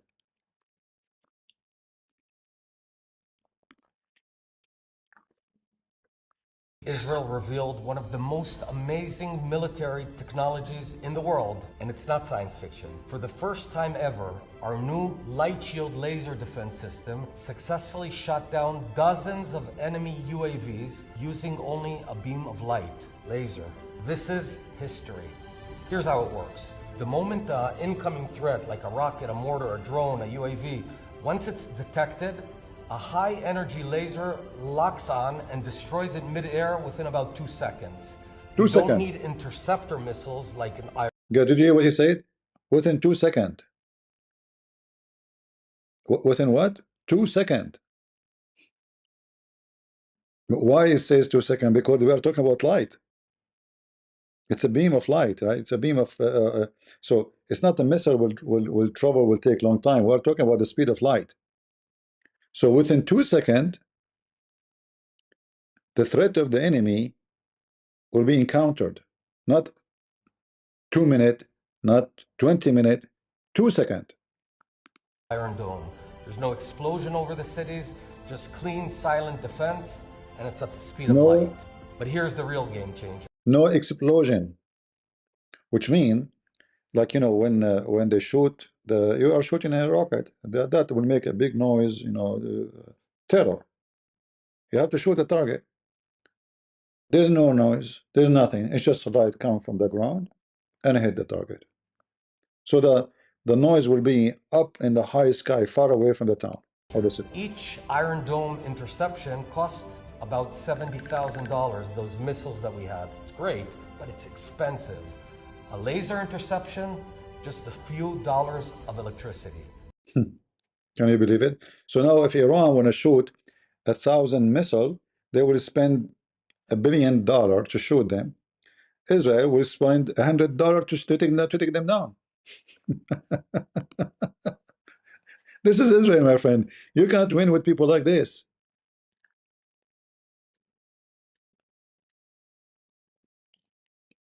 You want to fight them, you will be screwed. All right? CP, please don't talk about violent weapon. It's not godly. No, I like violent weapon, and I am a violent person. If I see a criminal, I will shoot him. If I see a rapist, I will defend the women. I'm violent against the violent. My God command me to stand against evil. The evil use violence. So what do? We use violence to stop evil. We are not coward. And you are a hypocrite. All of you Muslims are very violent, and you commit all kind of heinous crime. And now you are talking about don't talk violent. So tell your prophet, the rapist, tell him The thief. I mean, even his underwear he stole it.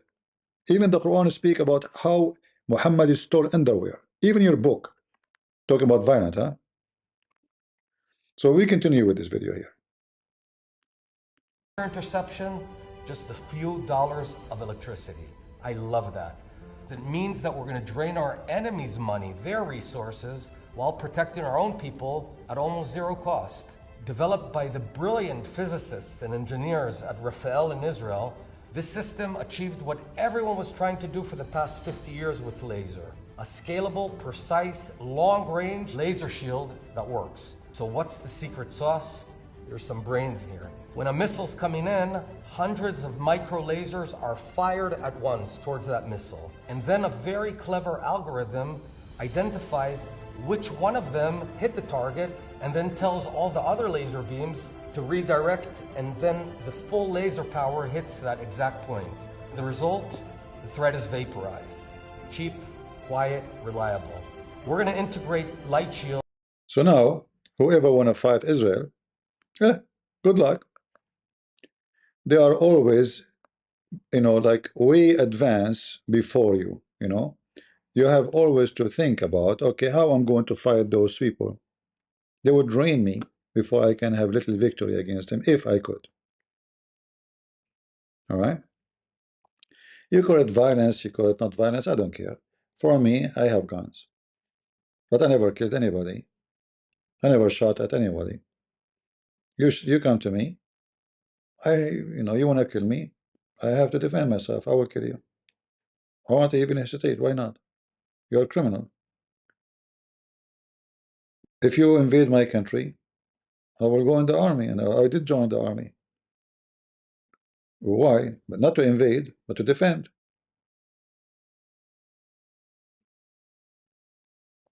Yeah, but this is different. This is better than the Iron Dome. This is way better because this is cheap. You see, the other system, they suck the money of the country. Each little rocket costs a lot of money, and you need to reproduce. Here, you just charge it. It's like battery, And they have, nuclear manufacturer. So I mean, producing energy is so easy. There's nothing. There's no need. There is no guns. There's no ammunition. There's nothing to make. It's just a charge. You charge your gun again. With what? With electricity. That's all. You shoot no ammunition. You miss the target. The light go in the sky and hurt nobody. You know what I mean? So this is Israel, and Israeli, I believe they announce it in order to install fear in the heart of the enemy. This was announced, I think, today, right? I mean, yesterday, 3 days ago. Say 3 days ago. 3 days ago. And there's no way that Israeli they announce this unless to tell the enemy that you better be careful.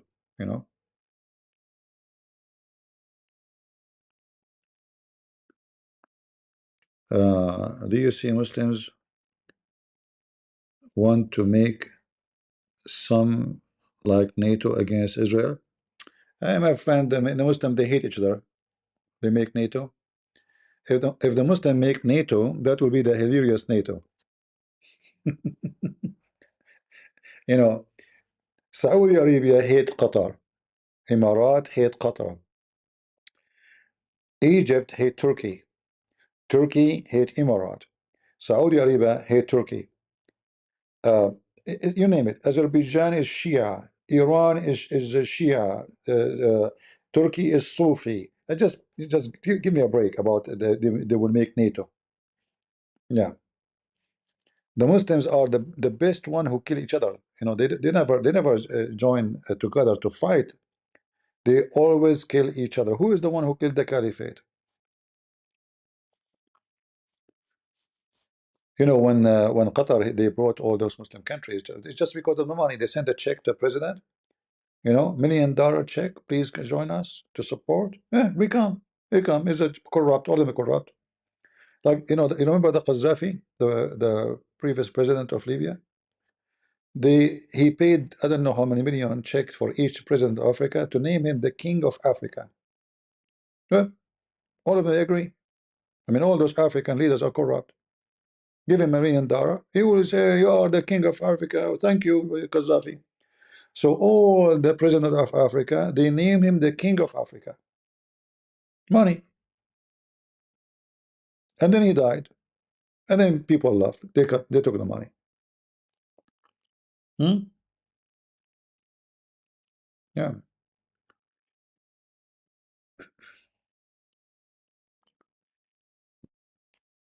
Any other thing?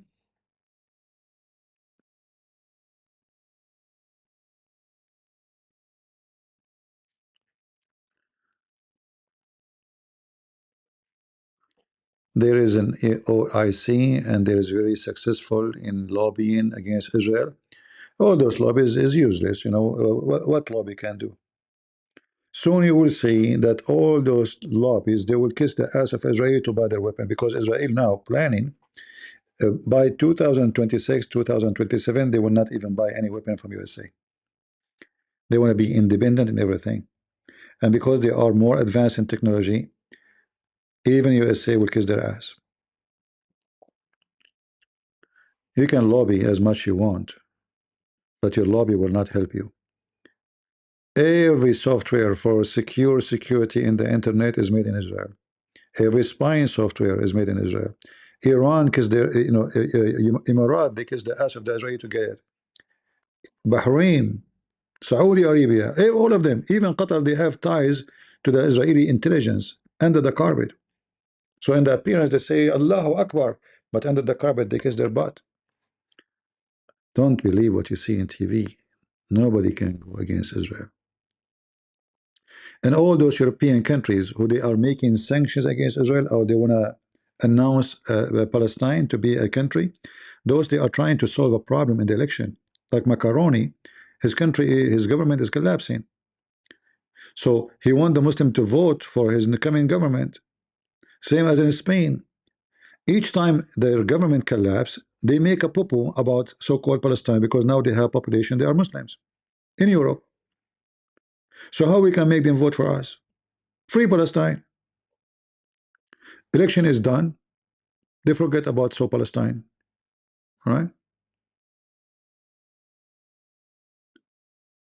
Uh,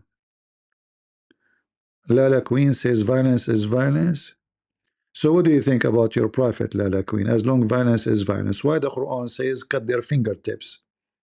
Go ahead, Lala Queen. I will give you 10 centuries to answer. As long you are against violence, are you against Muhammad?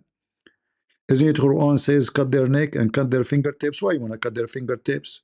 Hmm.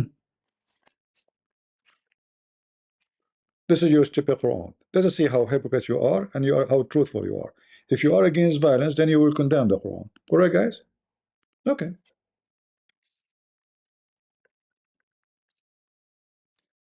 And now she will ignore what she will see in the screen. Like I saw nothing. I heard nothing. Huh? What kind of God he do this? Why you want to cut your fingertips? Not only cut their neck, why you want to cut their fingertips and tips and toes? Do you see it? Violence is violence. Brother and sister, violence is violence. But if you see the Christian, cut their toes and their noses. Okay? But we Muslims mean peace, and we are against violence. Go ahead, go ahead. Make a comment, La Queen. Go ahead. What do you think about cutting fingers and toes? I mean, you killed them. Why you are cutting their fingers now? Is that the hobby of the Muslim to collect fingers? Are you there, Lala Queen? Or maybe your husband will take a finger, my finger, so he can put it somewhere for you? Go ahead, go ahead. Tell me violence is violence. Go ahead. Hello? She will play dead now. Violence is violence. Suddenly, suddenly they are like Buddhists. There was different, it was different time. At that time, we can cut fingers and necks. At that time is different time. So do you have different Quran today now? Uh-huh. It's different time. At that time, violence is good. I see. All right, just get out of here. Go get married. So your husband can beat you as long you're at a different time. The Quran says beat them. Chapter 4, verse 34. Imagine myself marrying 4 Muslim women. I would drive you nuts. I will practice Islam on you. I will be going live and you will do massage to my feet like a puppy to show you how stupid you are to be a Muslim. Massage it. And then you say, honey, I did massage it all day and massage it or I will divorce you and replace you. I can show you the verse from the Quran, massage it. But you smell this, the socks because you did not wash them. Idiot. I mean, you are half a brain. That's what the Quran call you. And by the way, which half is gone? As long as you are half a brain, which one is the one is missing? The upper one, the lower one? If the upper one is missing, that's a problem. If the one is missing, is more problem. What does it say that Allah has a dog? I couldn't find it. All right. If you go to the chapter of An-Najm, the chapter of An-Najm, you will find it, you know.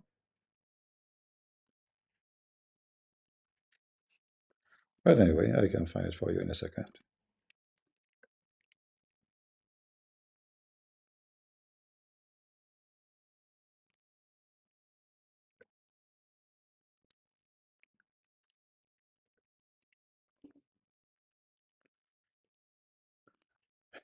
All right, this is the interpretation for the chapter of An-Najm, and this is Tafsir At-Tabari.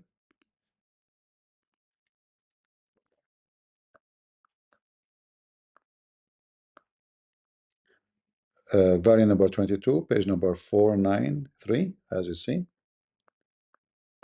So this is verse number 1 in the Quran. I mean, in chapter of An-Najm.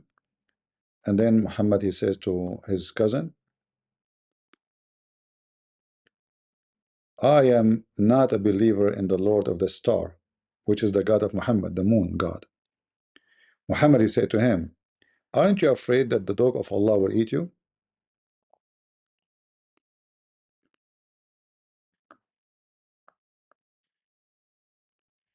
He said, Utbah ibn Abi Lahab said, I disbelieved in the Lord Peace of of the the Lord to all Star. of you. So the messenger of God, may God bless him and grant him peace, said, Do you not fear that the dog of God will eat you? See? Allah have dogs. Any one of you, by the way, if you don't listen to me, I can send you the dog of Allah. And then according to the story, the dog of Allah ate the guy. I'm telling you, true story, brother. It's true story. But for some reason, I cannot post the link. I have to shorten it. Let me see if I can get it from different link. The same book, I mean. Uh,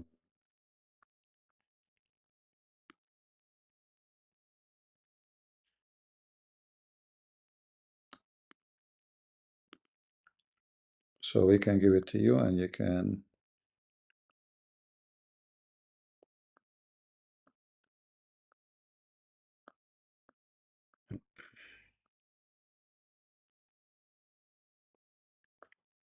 All right, this is Ibn Kathir actually. It's the same. Maybe you can find it in English, but I doubt. I doubt Ibn Kathir in English will find this. But this is the same story by Ibn Kathir. I will post this link. This one is shorter, so you can save it in case you are interested. Because YouTube did not accept the previous link. It's so long.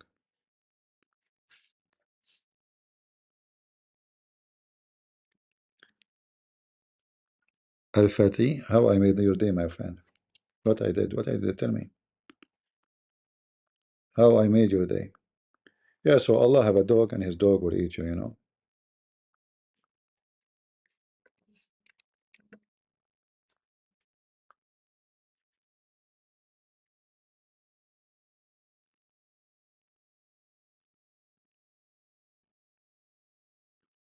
Where is the dog of Allah?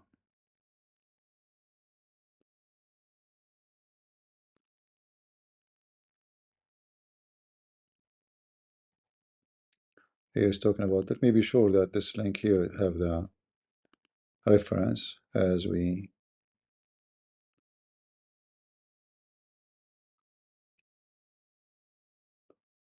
Actually, maybe it's not in this link. Hold on. Maybe I gave you the wrong link. Let us see.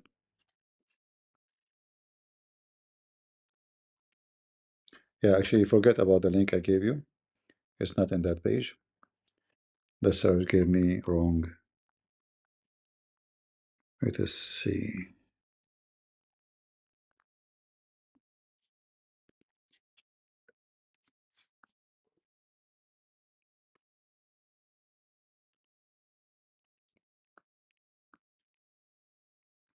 I can shorten the link. Will be easy, but let me see if I can find you something you can share online too. Okay, this link is easier. Ah, but this one have a weird. Okay, let's show the Shia website. Maybe this one will work.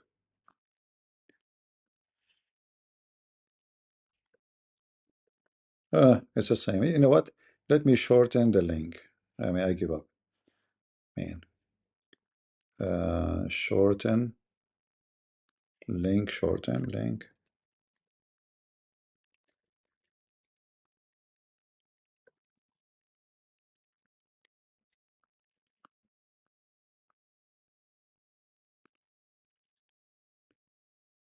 All right. We copy this link. I will shorten it for you.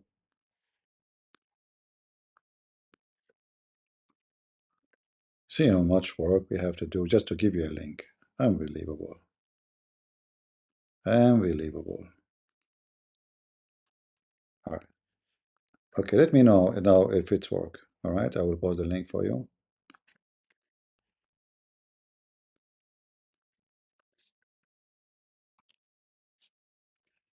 Tell me, guys, does it work? I will post it in Rumble too. Is it working?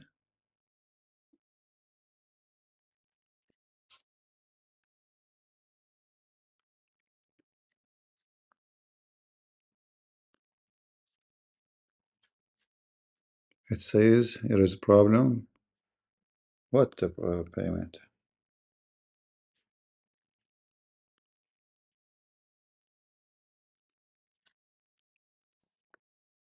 All right. I just posted the link in Rumble. Let us see if it's working. News 18, Zakir Naik hospitalized in Malaysia, which possibly incurable viral illness source. Okay, so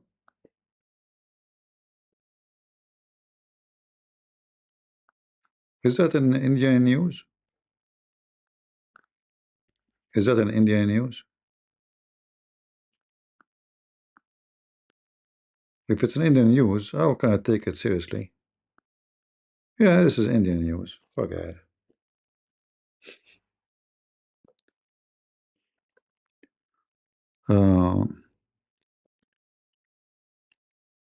The link work? Okay, you can save it if you want. All right, guys, I think we have enough for today.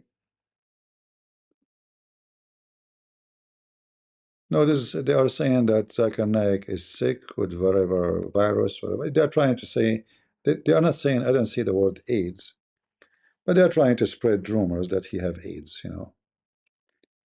But I don't believe what in their garbage. What do you expect from India to say about what if a Muslim they start publishing something about me? You believe it? This is all propaganda, you know. Don't go low like the Muslims, and don't go low like those Indian propaganda. This is law. The guy may be sick, like many people are sick, you know. He might die, but why they come with this you know theory, AIDS, and you know it's just stupid thing, right?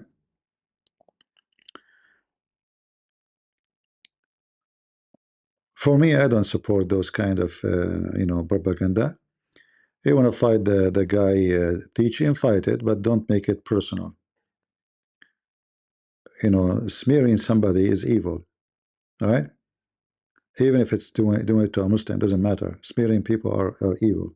Don't do that. Yeah, I think even India going after him is not being fair because there's no proof that he did support any kind. I mean, I believe every Muslim support terrorism, but they claim that somebody watched his video and he's under the influence of Zakir Naik, and because of that is he's wanted. It's just a stupid thing.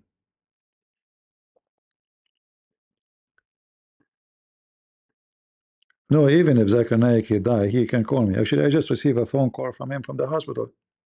He might call any time. Question breath. First of all, they say that I have Tida. I don't have Tida, I don't have AIDS. In fact, that the day I have intercourse with my wife. You do intercourse with your wife. It's hard you can move, man. They said that that you are dying. Question breath. I'm so strong. I prove it to you. Let me call my wife. Zakir Naik, don't do it now. Hold on, man. I believe you. That's it. I believe you. I swear, well, I'm going to do it immediately. Abdul, don't do it now. Keep your pant on. Why do you take your pant off? Are you a gay? Good friends. I'm going to show you that I have no AIDS and I can do it. Okay, I believe you. By the way, those who have AIDS are very skinny. Why are you so skinny? Good friends. Unbelievable.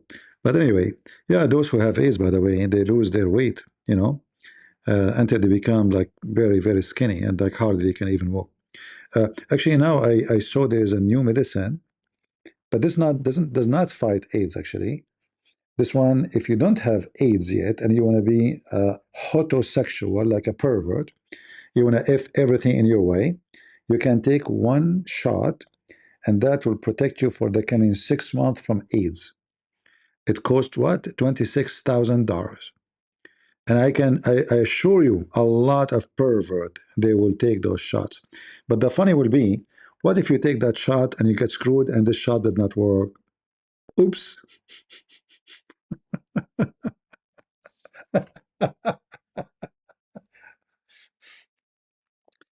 See, the best way human being he cannot protect his dignity and his health is to stay away from sin, because sin they bring nothing to your life except disaster. There's a million sexual diseases. Disgusting. Go right now and type sexual disease. You will see image will make you vomit. Will make you even hate sex. So you want to have sex, a man or a woman, go and get married and be faithful. Because remember, if you're not faithful, even if you are married now, you go and sleep with somebody, you bring disease to your wife, to your children. Don't be an idiot. Don't be a monkey. All right? Don't be stupid. And I believe actually sexual diseases is a penalty from God for the evil ones, for the pervert. Because a human being is evil. He wants from everything. And he don't want to, if you want to, God, he gave you, the pleasure of sex. He created on you. It's not against God. But you decide to be an animal. And the second you became an animal, well, you will be treated like one. All right? If you don't like a woman how she look like, why you marry her? Why you marry someone you don't love? You see, because if you love a woman or if you love a man, your husband, you will find him handsome, even if you look like me. You will not look to other person. That's why loving somebody is very important. Don't just marry somebody. Love the one you marry. Otherwise, don't never marry. All right? And if you love somebody, even if he look like a monkey, you will see him the most handsome person.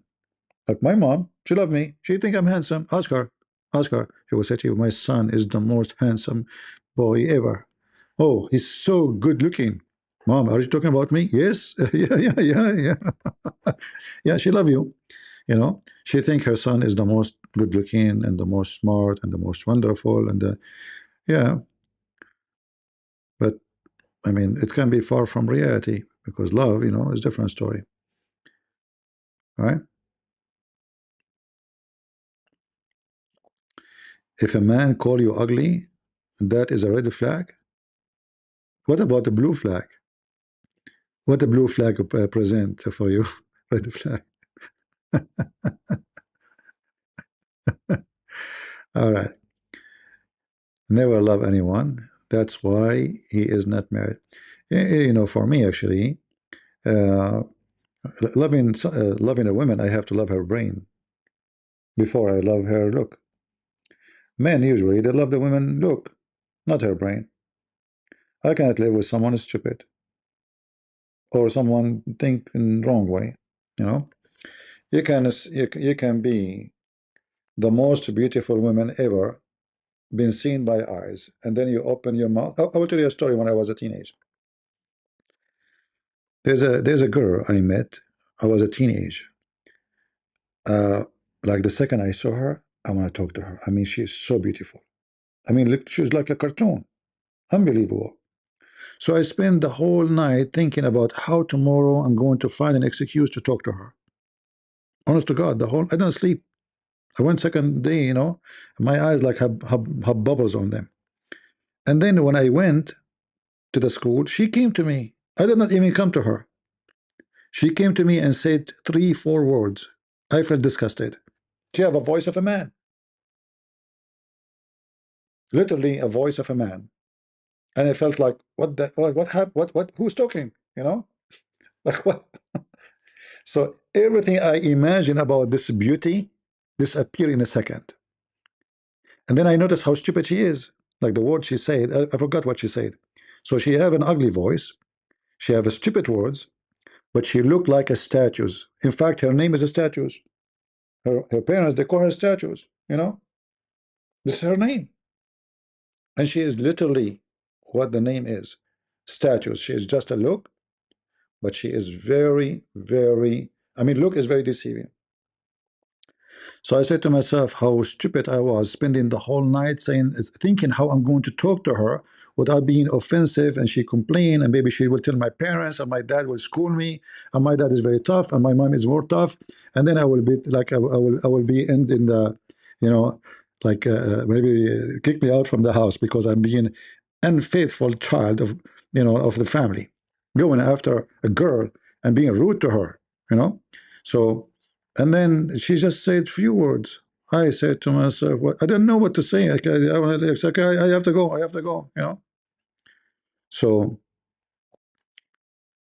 don't love a woman for her look, because tomorrow you will see someone she look even better, and then what you would do? And don't let a man love you because you look good. If this is why he love you, or he says that, he don't love you. He love any woman. She will look better than you. Same for the man. Never marry a woman. You know, she said she want to marry you because you look good. Tomorrow she will see somebody look better than you, or there's somebody look better than you. It doesn't matter how good looking you are or how ugly you are. Never marry those men or women who they love you for your look, because they don't love you, they love your look. And the second they find a better look, they love that look. Which means this is not love, this is just, you know, attraction for a look. Uh, if you love a brain of a person, then you see the beauty in a different way. You see, remember we spoke before about you go to a dark room, you see nothing. It's a dark room, but then you settle down for 2 minutes, 3 minutes, and then you start seeing things. What I'm seeing now. Well, now you, because your eyes is used to darkness, and you can start noticing things. There's little light is enough to see. So when you are in love with the brain of a person, your love will never go down, because you enjoy every word he say or she say. You don't see the face no more.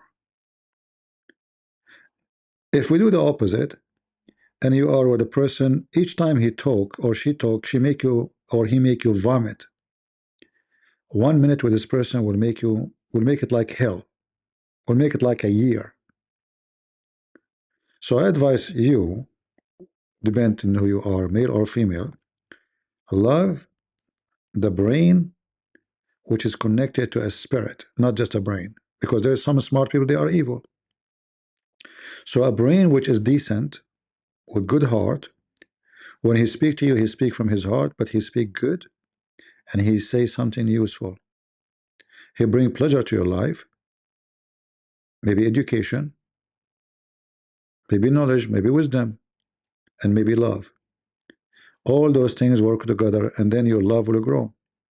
Even when you grow in age, you get older and you don't look good no more. Still, she love you because she didn't love you because of your look. She loved the brain you have, and your brain is getting more mature. You're getting even smarter, better. The same for the male when he love a woman. If he love her for her beauty, he never loved her. He loved just her legs, her her body. Anyway, when she have the same body or maybe a better body, he will go for her too. That's why I have no respect for women. They do breast surgery. I don't want to be rude, but I mean, you're stupid. Because if a man, he will marry you because you have a bigger boob, I mean, you're a booby trap. You're nothing but a booby trap. So you try to trap him by your boob, but as soon he see better boobs, he will be trapped there too. You're just being stupid. Love cannot be and cannot be called love if it's based on look, if it's based on makeup, if it's based on like loving your money. Maybe you're rich. He marry you because you're rich. Okay, tomorrow he will find some more richer. Or he marry you for rich, but he will take your money and he look for a prostitute or a woman. She will sell her body because he will use your money, like Muhammad with Khadija. Uh, thank you, Shalom. You don't have to agree with me. I believe this is what the right thing to do, but it's up to you. You know.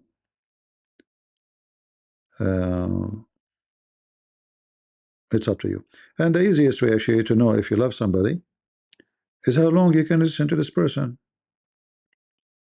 If let's say you are engaged to a man or a woman, and then you love to look at this person, but the second he start talking, you start yawning. Ah, you need to go. That means there's nothing between you and this person. You don't enjoy the conversation. You're enjoying something else. And if you cannot handle the talk, how you can handle the walk? All right.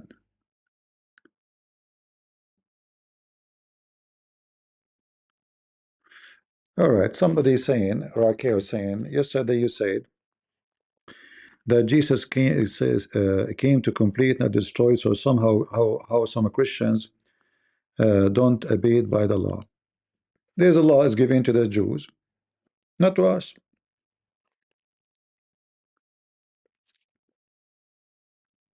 As simple as that. Like, did God command the Christians who they are convert, they are not Jews, to the Sabbath? Did he command you to do circumcision? If there's anything about you as a pagan person? So there's a command given to the Jews specifically, and there's a command given to the, have nothing to do with the non-Jews. That's why you see when Paul he speaks, he says, when I speak to a Jew, I'm a Jew. Well, what does that mean? This Jew, he understand the law, he have a law, and he have to follow his law. The one who is a pagan, he is not a Jew, he have no law, he don't understand the law, and the law does not belong to him. So when Jesus says, I came to complete, not to destroy, he's saying that I complete everything, I destroy nothing. However, I give law, and the one is given, he have to follow. So when Jesus spoke to, and he said, I have sheep other than this, fold, or the fold. He's speaking about what? About people who they are not Jews, and they are not under the covenant of God with the Jews. So when God, he promised Abraham the land of Israel, did he promise me the land of Israel? No, he did not. I'm not from the children of Abraham. So Jesus came to complete, not to destroy. All right? I hope you understand what I'm saying. Same time, even the Jews, when they understand the law, they understand it wrongly. Like, remember the Sabbath? What Jesus says? Sabbath was made for the man, not the man was made for Sabbath. Is the man more important than the Sabbath? God do not need anything from you. Well, what Sabbath will do to God? When God, he forced Sabbath on the Jews because they are greedy. They're working. They abuse their slaves. There's no break. There's no weekend. There's no holiday. So Sabbath now will make everybody take a rest, even your servant. You don't do anything, neither your servant. So it was actually to protect more the servant. It's not for God. You pray on Saturday or not Saturday, who cares? God, God, he will care really. Like when you pray, are you praying to make God happy? When you feed a child, is that because you are fearing God or because you believe that this is good thing to do? So when Jesus says, "I came to complete," I came to complete not only the law, the understanding of the law. The Jews used to get married and divorce, like Muslims. I marry today, I divorce her tomorrow.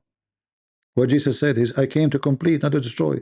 Marriage is there, but you are abusing it. You don't divorce your wife. You don't throw her. You don't use her and dump her in the street. All right? You understand? So even the Jews, they were not following the law. And Jesus came to complete. It's been said to you, but I say to you. It's been said to him by who? By prophets before. But who is the one who was talking? God still. But I say to you, because you have the authority.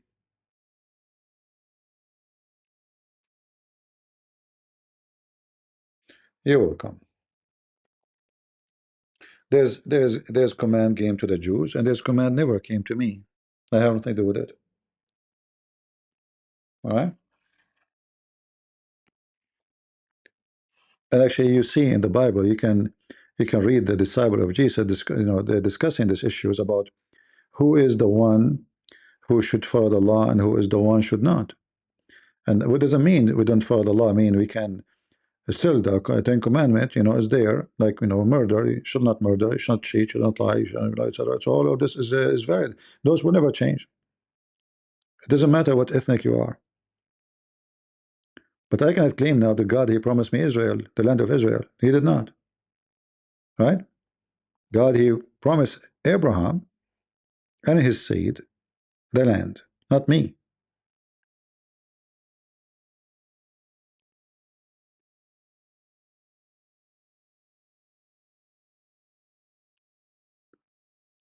No Jews, no news, no poll, no Dawah. Oh, really? You're so powerful. You must be a poet, man, coming from the jar. Hmm. They say Ahmed is a Jew, the real name. I mean, come on, man. I heard that Tarazan is a Jew, and I heard that Sakar Carson is a Jew. I heard the king of Saudi Arabia is a Jew. I heard Trump is a Jew. I heard the Christian Prince is a Jew. I mean, you can name anybody as Jew. You heard? Seriously. It must be true. That's it. As long as you heard, somebody told you it's true. You see those horses? You see the second one in the right? This is a Jew. The other one is in Hindu. Yeah. That's why their sound is different. You guys, you believe anything you hear? Don't be, just an, like the Quran speak about Muhammad being an ear. Don't be an ear, because then anyone will fall in your ear and you believe it. Uh, didn't Abraham have other descendant? Yeah, he have Ishmael, but they are not the one that promised. The Bible is so clear about who is the one promised and who is the one who is not. Ishmael is promised something, and the children of Abraham from Sarah promised something else. Each one of them, God, he promised to them a promise, not the same promise. And there's a reason for that. Abraham, he married, he gave up on God. He said to himself, I become old, my wife is so old, and what? Obviously, she cannot have kids. How many years I will wait? In the old days, even now, if you live in the Middle East, having kids is the most important insurance. Having kids is your defense, is your security, is your police, is your insurance, is your income. Because when you get old, who's going to help you, survive you? There's no special care, there's no government, there's no social security. So having children is the most important accomplishment you do as a human being. And Abraham, he spent a lot of his life never have one. So he took the maid as a wife. He gave up on God. But God, he gave him, he showed him that you're wrong. I can make your wife. And even the wife, when God, when the Lord, he came to Abraham, Sarai, her name became Sarah later, she laughed. I mean, what? I will have a son? What? I will have kids? Me? Now at this age? So actually, this is a great example of how we give up on God, and we think that the mission is impossible. But always remember something: what the Bible says. Nothing is impossible with God. The one who created this ocean, those horses, those fish, the stars. I mean, giving you a son is nothing. The God who gave birth to stars every day. Every day there's a new star is created. His creation never stopped. Am I wrong that Allah created evil when He created Iblis? No. First of all, Allah did not create anything. Allah is a fiction God. So when you say Allah created evil, I mean, are you admitting that Allah exists? The only way I can say Allah exists if you accept that Allah Himself is Iblis, which means Shaitan. But you can say Allah created Iblis, that means He's not Iblis. He's a different person. However, that logic will go back to you if you are a Christian. Because who is the one who created Satan? In Christianity, God. But He did not create him to be Satan. God, He gave a free will. And this creature decided to go against God. The same as you and me. He gave me free will. I can curse God now. God did not create, like the Bible says, God created evil too. But He did not create you to be evil. But that's what the Bible says. He created you, but by creating you, He created evil. But He did not. It was not His will to be evil. God, He gave you free will. So your free will created the evil, not God. All right? Like when a man, he cheating his wife. Is that what God said to him? No. Yeah, this is his evil. This is not God evil. But then you can say, well, if God did not create this man, no evil is done. Right? So then we can say, okay, God created evil because this evil man created by God. That is just let's say, a way to look at it. But in reality, God did not create the man to cheat, neither the woman to cheat, neither the man to be a murderer, neither to be killed by somebody. He did not create you for that reason. God, He created you and He put you in heaven, literally in heaven. It can't be a better place. Still, you screw it. All right. Uh, all right. Anything else? I guess we better go and finish it for now. And as I expect, not too many people. So, guys, maybe tomorrow I will not come. I don't know. We will see. Because I don't see too many people coming these days. Maybe tomorrow we will see. I don't know. He gave you free will. What is the point in creating you otherwise? God, He created you. What the point of He created you otherwise? What is the benefit of God of having someone like Christian Prince? Nothing. But when you understand the teaching of Christ carefully, you will see when they ask him how to pray, he says, you pray like this, our Father out of heaven. So why your father brought you to this life? Is that because he hate you? Or because he love you with a free will? So creating you does not make you being bad and giving you from out of a free will. Yeah, you can say, well, I did not choose to come to life, right? That's not my choice. But at that point, you are not even exist to choose or not to choose. However, because you have a free will, you can take your life. Don't complain. Here we go. I mean, if this is the issue, who's stopping you? You don't like it? Go. Free will. So even when you complain, you're just being stupid. Because anytime you don't like this life, you can go. You remind me of a bunch of Arab. I went with them once to a restaurant, and each one of them, he started talking about America, how bad America is.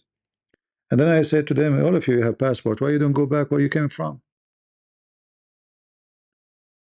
Huh? Is the American holding you here? You don't like America, why you stay here? If you don't like God, you don't want to be with part of God, you don't want God to be controlling you, get rid of the God. Become an atheist. Or I don't want to say things because, YouTube can flag us. But you understand what I'm saying. Always you have a free will to be or not to be. But you are actually a hypocrite. You love this life, and you get sick, you go to the doctor because you want to live more. But you don't want to come to life, right? But when you go shopping, you want to buy the big TV, but you don't like this life. And when you want to eat the best food, but you don't like life. Oh, I want to eat the most nice, tasty chicken, but you don't like life. What's the point of a free will, right? Hmm. And when you love a woman, you go after a woman she is pretty. You don't go after a woman she don't look good because you don't like life. You like big butt only. You don't like life. Big butt is not life. Hmm. Uh, Human being is a very hypocritical creature, and sometimes he tried to claim that he is smart, and he can prove himself that he have a point. But in reality, he is just a dumb. And nobody is holding you to stay here. Go. It's very easy. Easy easy. You can call Aisha how she get rid of Muhammad, and you can do the same to yourself. I'm not saying do it. I'm just saying how stupid you are. Hypocrite. You spend 10 hours to buy shoes from Amazon. Like which shoes? Do you think this one look good? Let me try it. I return it. You hate life, man. You hate life, so you buy computer and you go in the internet and you listen to someone saying stupid things about God. But you hate life. Weird.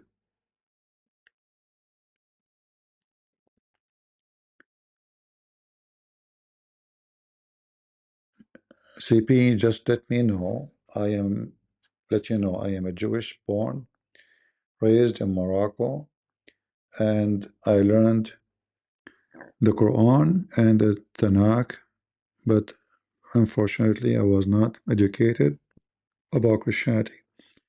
Also, there's some nuns in the city. No problem, we learn. All of us, we are students, we learn. You know. First time I bought a computer, do you know what happened? I bought a computer, I took it home. In the store, they told me you switch this thing, turn it on. Okay, that's it, turn it on. So I went home. I'm done with the computer now. How I turn it off? I never used computer before. So the same bomb, I turn it on. I thought it's like electric switch, you hit it on again, it turn off. So I hit the bomb on again. The computer is not good enough. Look, what's wrong with this computer? I hit the bomb again. It's not turning off. Huh? They give me, they cheat. They gave me bad computer. I can't turn it off. What the heck? And at that time, it was very expensive. It's a brand new. I just opened it from the box. So I went to the store. I told them, listen, I bought computer from you, and I can't turn it off. I said, what do you mean? Explain to us. I said, you tried? I said, yeah, I tried many times. I said, what you did? I said, the bomb. I hit the bomb again. The same bomb. I turned the computer on. It's not turning off. No, you don't do it this way. You know. I never had a computer before. I never take a class about computer. 3 months after, I designed a website. So from somebody do not know how to turn off the computer to someone he can make a design. I study a Visual Basic, how to make window, I mean the program software. 3 months from somebody he knew how to turn the computer on to someone he did not know how to turn it off to someone he can design a website. Took me 3 months only. We learn. And you learn only if you decide to learn. But if you decide to become stupid, stay stupid, you will be stupid. It doesn't matter where we're with you. It doesn't matter where you live.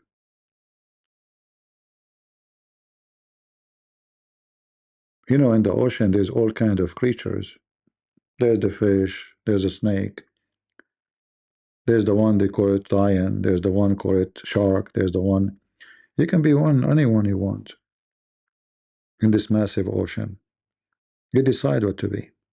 God, He gave you free will. You can be the author, you can be a writer, you can be a singer, even if your voice is ugly. Because these days everything is possible.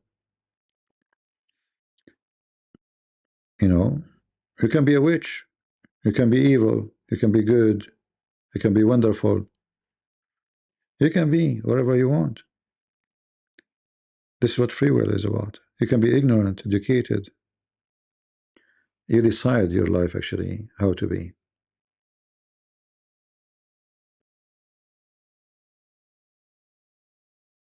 Uh,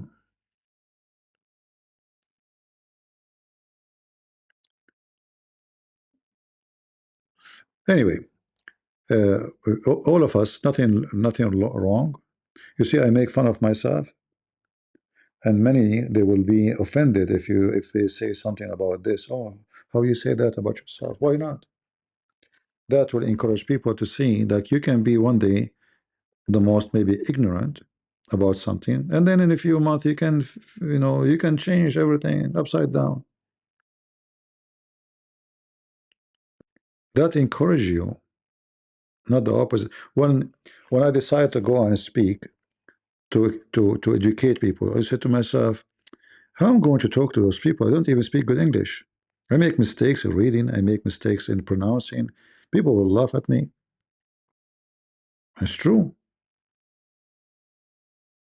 Many they'll make fun of my English, but that does not hurt me. I said, okay, they are right in this part, but they are wrong in everything else. They can't debate me. Even with my funny English, I beat the hell of them.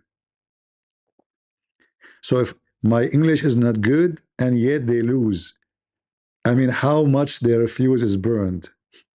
You know what I mean? I burned their fuse with my funny English. So what if my English is so good?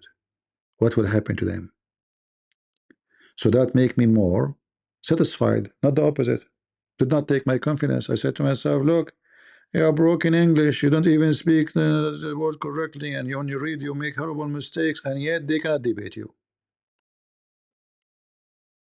So that encouraged me, not the opposite. All right? CPY, you have only 2014K subscriber. What happened? I don't know. Usually I put a glue so when people walk by, they stuck. YouTube, don't let me grow fast because I don't make money for YouTube. I don't have support chat. If I support chat, they will, they will not shadow your channel. Most of people subscribe to my channel, they don't receive any notification.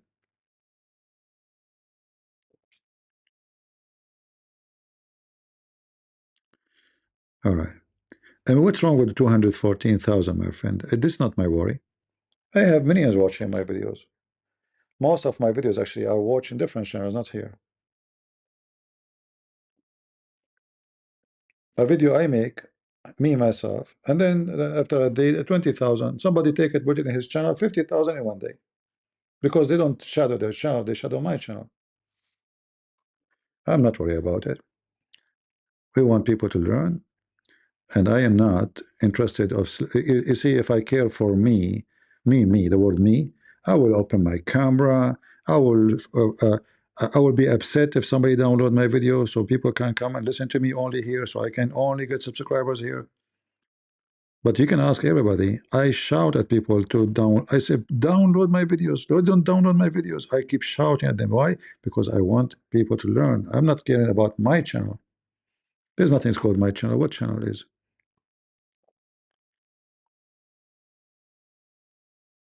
I don't have one.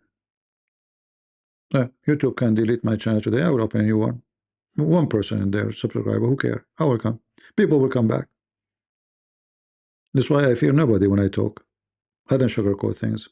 I speak about homosexuality, transgender. People they say to me, "CP, be careful." Okay, delete it. I will make a new one.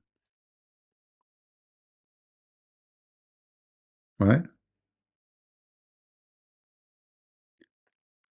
Uh, Add super chat. No, no, I will not add super chat. You see, uh,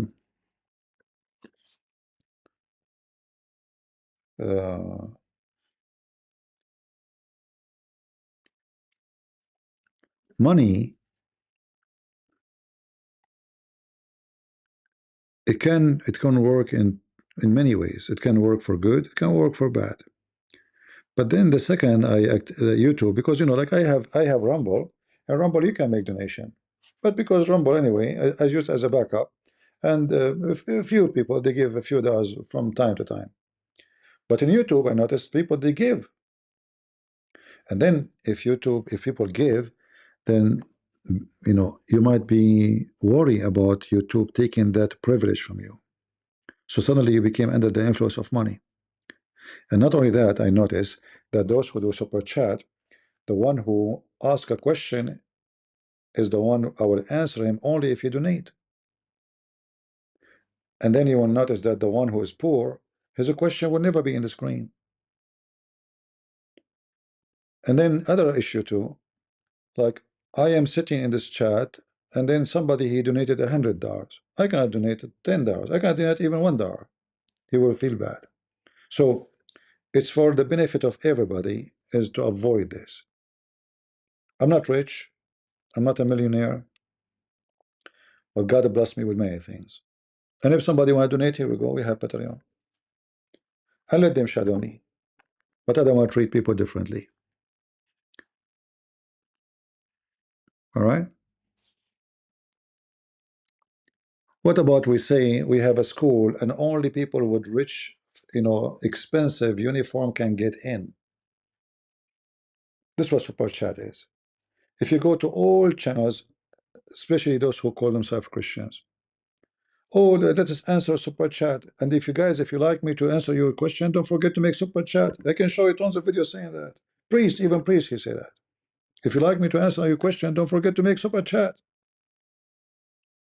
How pervert, how evil, right?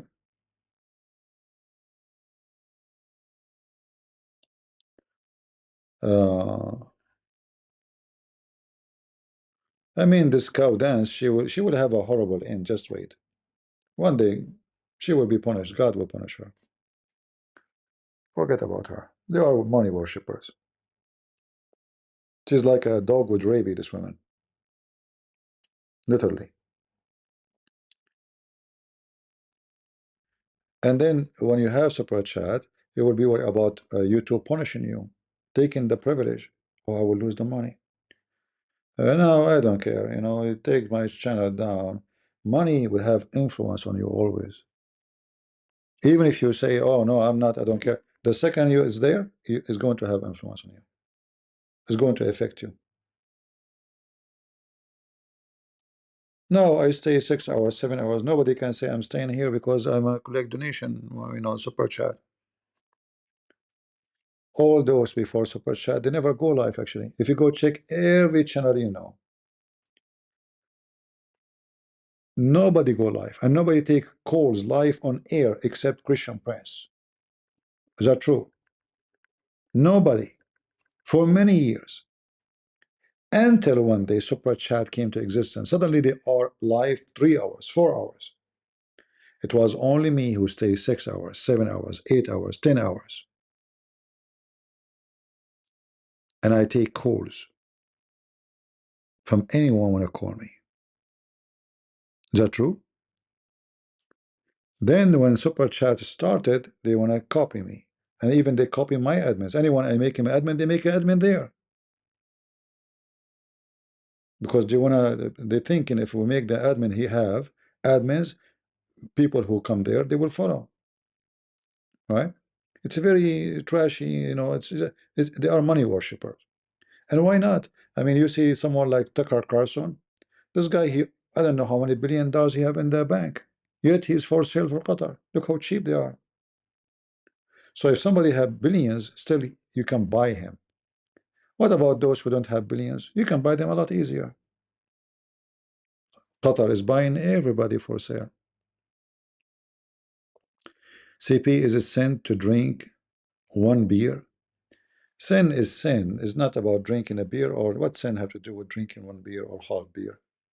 However, if you drink alcohol as food, let us say I'm sitting now, I'm eating, I took little wine, like actually today I did the Afkharst, which mean, drinking.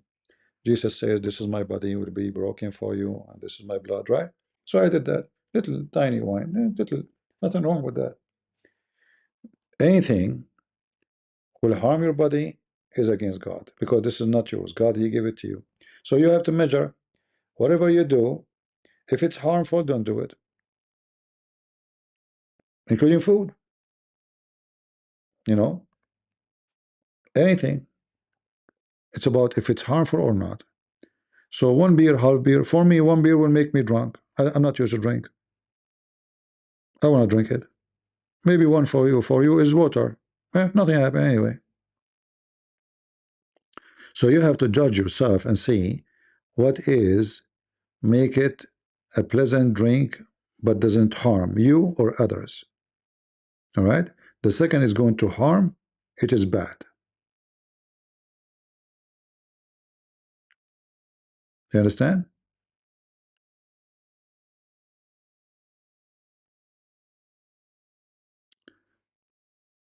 Uh, can you go live in Twitch? I never tried actually, but I think Twitch is for games, right? Isn't it for gaming? I think Twitch is for gaming.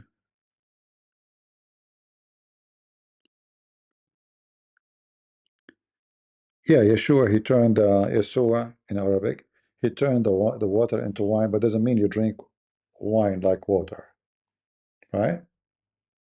You don't. The Lord, He says, little of it will bless your heart, little of it. Anything too much of it will be harmful. Salt will harm you, too much salt. Jesus said, you are the salt of the earth, but too much salt will kill the earth, will kill the plants, will kill you. Too much sugar will kill you. Too much air will kill you. Too much water will drown you. Right?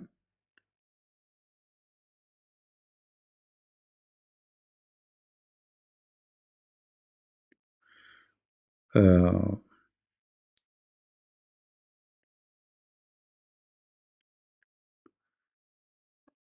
money evil anywhere? No, not true. Money can be very good. Money can be a blessing to all of us. Well, it's not the money who is doing evil.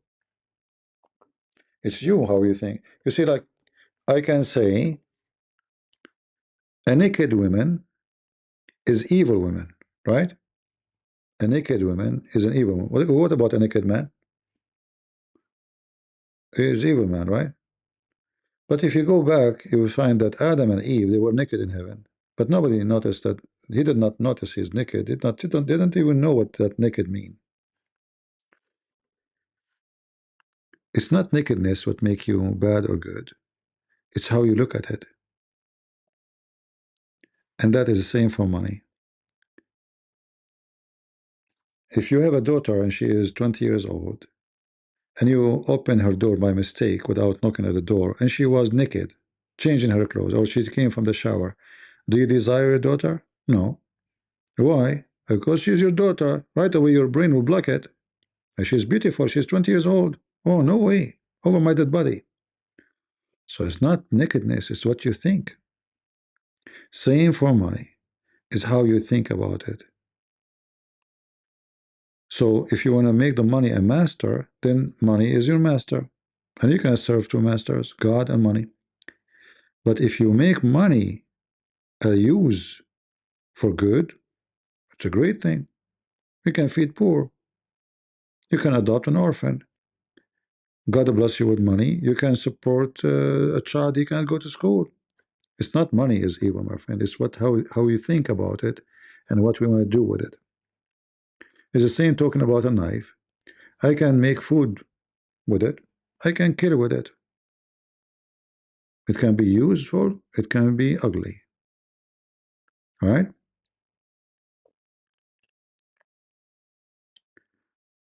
Uh, yeah. Some people they understand the Bible verses about money wrongly. They think that money is the problem. No. This is about the root of all evil. It is money if you think about money in evil way. Right? But we have in the Bible stories about people who make a donation. They are not evil. Here we go. Money is used for good. When they spend the money to build a temple for God, so this is money. It's good. There's no evil in it. It's what you spend the money for and what you use it for. Right?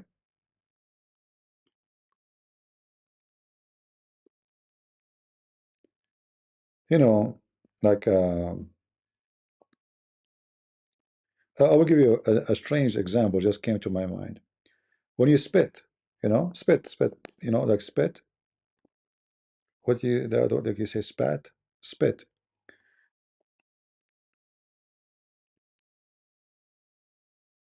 Spit is not a good thing.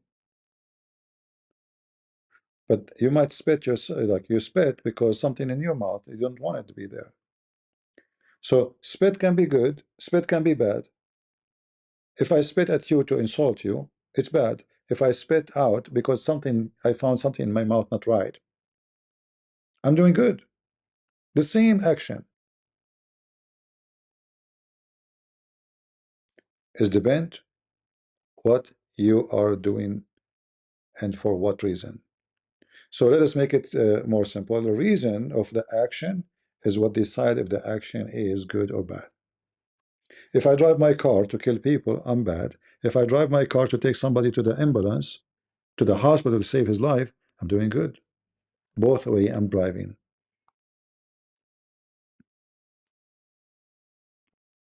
Is that correct? Your intention and the purpose of things you do is what make it bad or good. Otherwise, all object is just object. Money is created for easy of exchange of service. Like I can do something to you. What, like you want to give me 10 kilograms of onion? What I would do with it? What about we agree to make this coins? You give me, I can go and buy with it. So the society agree with something called money. Instead of giving me, I give you potato, you give me tomato. Well, let us make something, an idea. So money is a smart idea of exchange of service. There's nothing bad with it. But if you do work for the sake of money, and the money became your obsession, then you are a slave of money. You know, I'm very grateful for the Lord. I'm not that rich, but I'm not that poor. Thank God I have a roof in the top of me. I'm not homeless. I have a car. I have, I'm not sleeping hungry. I'm happy. I'm so happy with everything that the Lord He gave me. But if I think about it in a different way, I say, why somebody have a nice car and I have a 20 years old car? I'm happy with my 20 years old car. I don't want a new car. But I can change my mind. I say, you know what? I'm going to ask people to make donation, and I will blame them for not supporting and make them feel bad. And I keep talking about making donation, so I can buy a new car. But this is not true. I can buy a new car, but I don't want it because I am feeling satisfied without a new car. Why I need a new car? What the difference between the new car and the old car? Both, they can go only maximum 65 mile an hour, because even if you have a Ferrari, you cannot drive more. You drive more, you go to jail. So why I want to buy a Ferrari, even if I can afford it? It's a waste of money. You buy an airplane, but you're not allowed to drive it or to fly with it. But because you are obsessed with showing off, you like to show that you are rich and you have money. Like this guy Andrew Tate, he showed his cars because he knew there's a lot of fools. They will be attracted to him because of his cars. It's a trap. So part of their scam is showing you money and wealth. He bring a big case full of money to show you, if you follow me, you can be rich like this. I can make your dream come true. Right? So if you're a stupid idiot, then your dream become what he say. If your dream is to be rich, you will never be rich. It doesn't matter how rich you are not rich. You see this guy, Elon Musk, how rich he is. He's the richest man in the world. He's so poor. Broken family, trashy father, family, mother. You know, it's not a good thing. And look, kids every day you have a new kid from a new woman, not stable. And I assure you, he will never, he never happy. He will never be happy. He can't walk in the street. I can walk in the street, even though I speak about Muhammad, you know.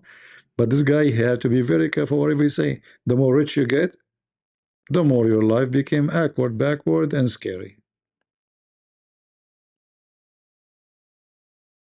You have to walk with 20, 30 bodyguard, if not more, just to enjoy coffee somewhere. Your life turned into, you know, terror, not a joy. So the best thing in a human being can enjoy is to be satisfied with the Lord give to him, whatever you have. It is blessing. You know, like it's like when a human being he have full teeth and then one day you have one pain in one teeth. It's you know hurting you badly. Man, you go crazy.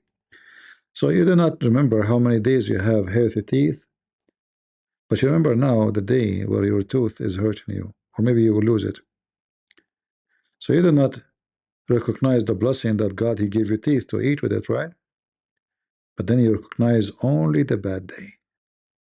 You do not remember the good day. And this is how most of a human being they are. They say that they have a pain in a tooth. They forgot about the rest. Because the only alarm they have is pain. Joy does not alarm them about God. Pain is the only alarm they understand. That's why pain and hell are connected. Because a human being don't deserve, he don't appreciate God. When he is happy, he don't feel it. How many of us before we eat, we say, thank you, Lord, for this little bread we are eating. There's many people are hungry. How many of us we say, thank you, Lord, we are living in peace, not at war. We saw what war can do. People, millions can die. Houses collapse, people burned alive. Like what's happened between Ukraine and Russia. We are blessed. People cannot even be secure inside their houses. There's people, they cannot send their kids to school. There's kids that are sleeping as we speak in the street. You're lucky. You complain about your old phone. There's people never saw phone before.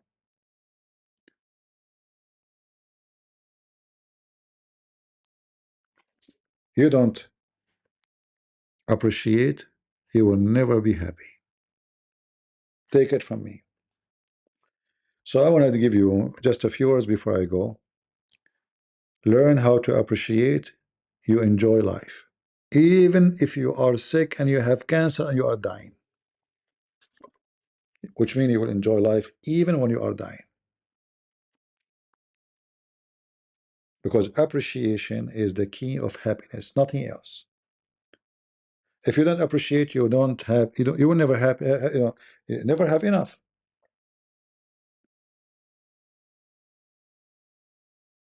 Appreciation is connected to happiness, and no happiness will happen to you unless you appreciate. If you appreciate your son, you will be happy to have him. If you don't, you will be cursing him. If you appreciate your parents, you will be happy to have them. You will love them. They will love you. If you don't, you will be thinking badly about them, and you will be disgusted, and you are disgusting too. If you appreciate the little bread, bread, our lunch is bread. What's wrong with the bread? It's a gift of God. Imagine if we take it away from you, and then the meat of your stomach will start eating each other from hunger. You are lucky to have a bread. What if God take it away from you? Trust me, it happened that there's people die from hunger for real. So say thank you God for the bread. What about water? Oh, water, out of water. No, there's people that die because there's no water. Appreciate the bread, appreciate the water, appreciate the breathe. You breathe. Imagine if you suffocate for a second, what will happen to you? Imagine if somebody put something in your nose, on your mouth, and you could not breathe for a minute. You're dead. Breathing is a priceless.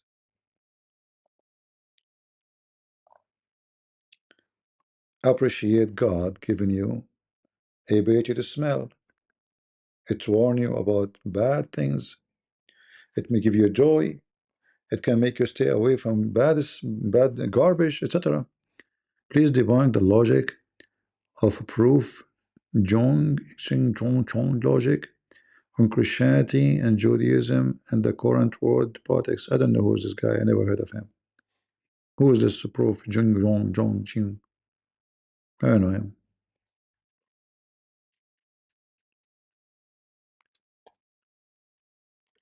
And why you don't prove him wrong yourself? As long as you know him, I don't know him. Don't God give you brain? Don't you have faith?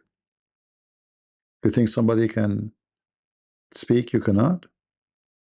Appreciate that God give you a tongue, my friend. Use it. Refute the guy you are mentioning his name. Get him busted yourself. What's wrong with you? God gave you a gift, use it. Do you think God gave me something you don't have? You do have it, but you decide to depend on somebody else to do the job, right? We don't want to work.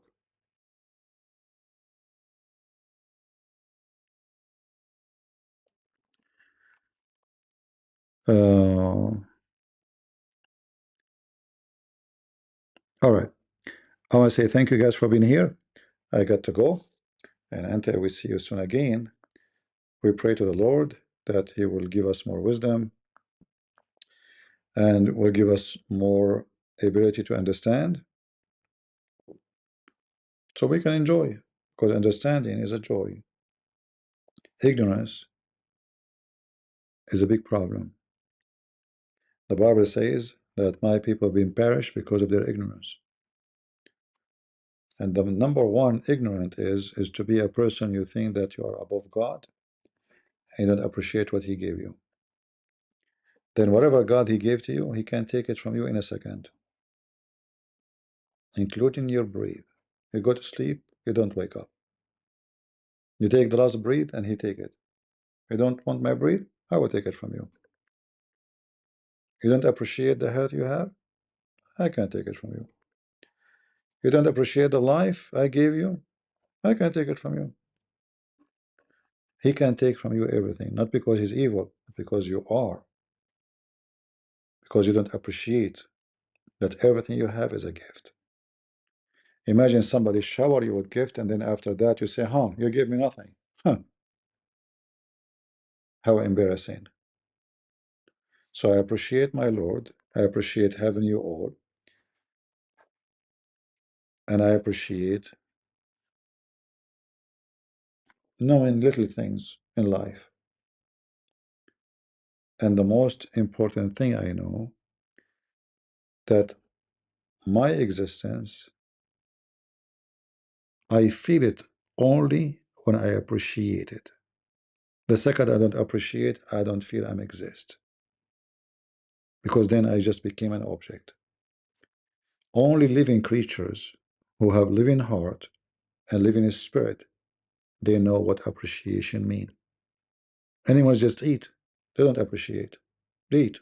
Keep eating. Never stop eating. Human being, before he eat, he say, thank you, Lord. He recognize appreciation is you understanding that everything you have is a gift from God. And because he gave you everything, what about we give back? And how we give back? Being good to others, loving, wonderful. Be an honest person to your wife. Be a decent wife. Be a loving person to your children. Be nice to your neighbors. Loving, wonderful. Be an image of God. God, he says, I created man in my image. In my image, I created man. So if you want to be as God wanted you to be, he gave you his image. Shouldn't you respect the image God he gave you? Shouldn't you appreciate it? And if you do, then you appreciate the image of other person, for he have the image of God too. This is why we are the only ones, when we pray to God, we call him Father. For children, they have the image of their father. And when the father see you abusing the image of one of his children, and supposed you are one of them too, then you don't belong to the family, and you shall be kicked out, because you violated the dignity of the house, the protection of the house, the name of the father, and the name of the child of God. Those who belong to garbage, they will go to garbage, and those who belong to heaven, they will go to heaven. And children of God will be in heaven because they deserve to be, and those who will be in hell because they deserve to be. So either you reserve the image of God, stay away from sin, love others, be good to your family, never cheat on your wife, never cheat on your husband, or you are going to end with the trash. And this earth is full of it. Bees go to flowers, and flies goes to garbage. Which one is you? Thank you all for being here. May the Lord bless you. And God is good. So is Jesus. We are the crusade. And we will see how many of you we will have for today. If not too many, I will wait maybe another day, because I notice a new video will always, let us say, shadow the previous video. Nobody watch it. People like only the last one. So let us see. If the view is good, I will come tomorrow. If not, I will give it another day. All right? God bless you, and see you soon. Take care.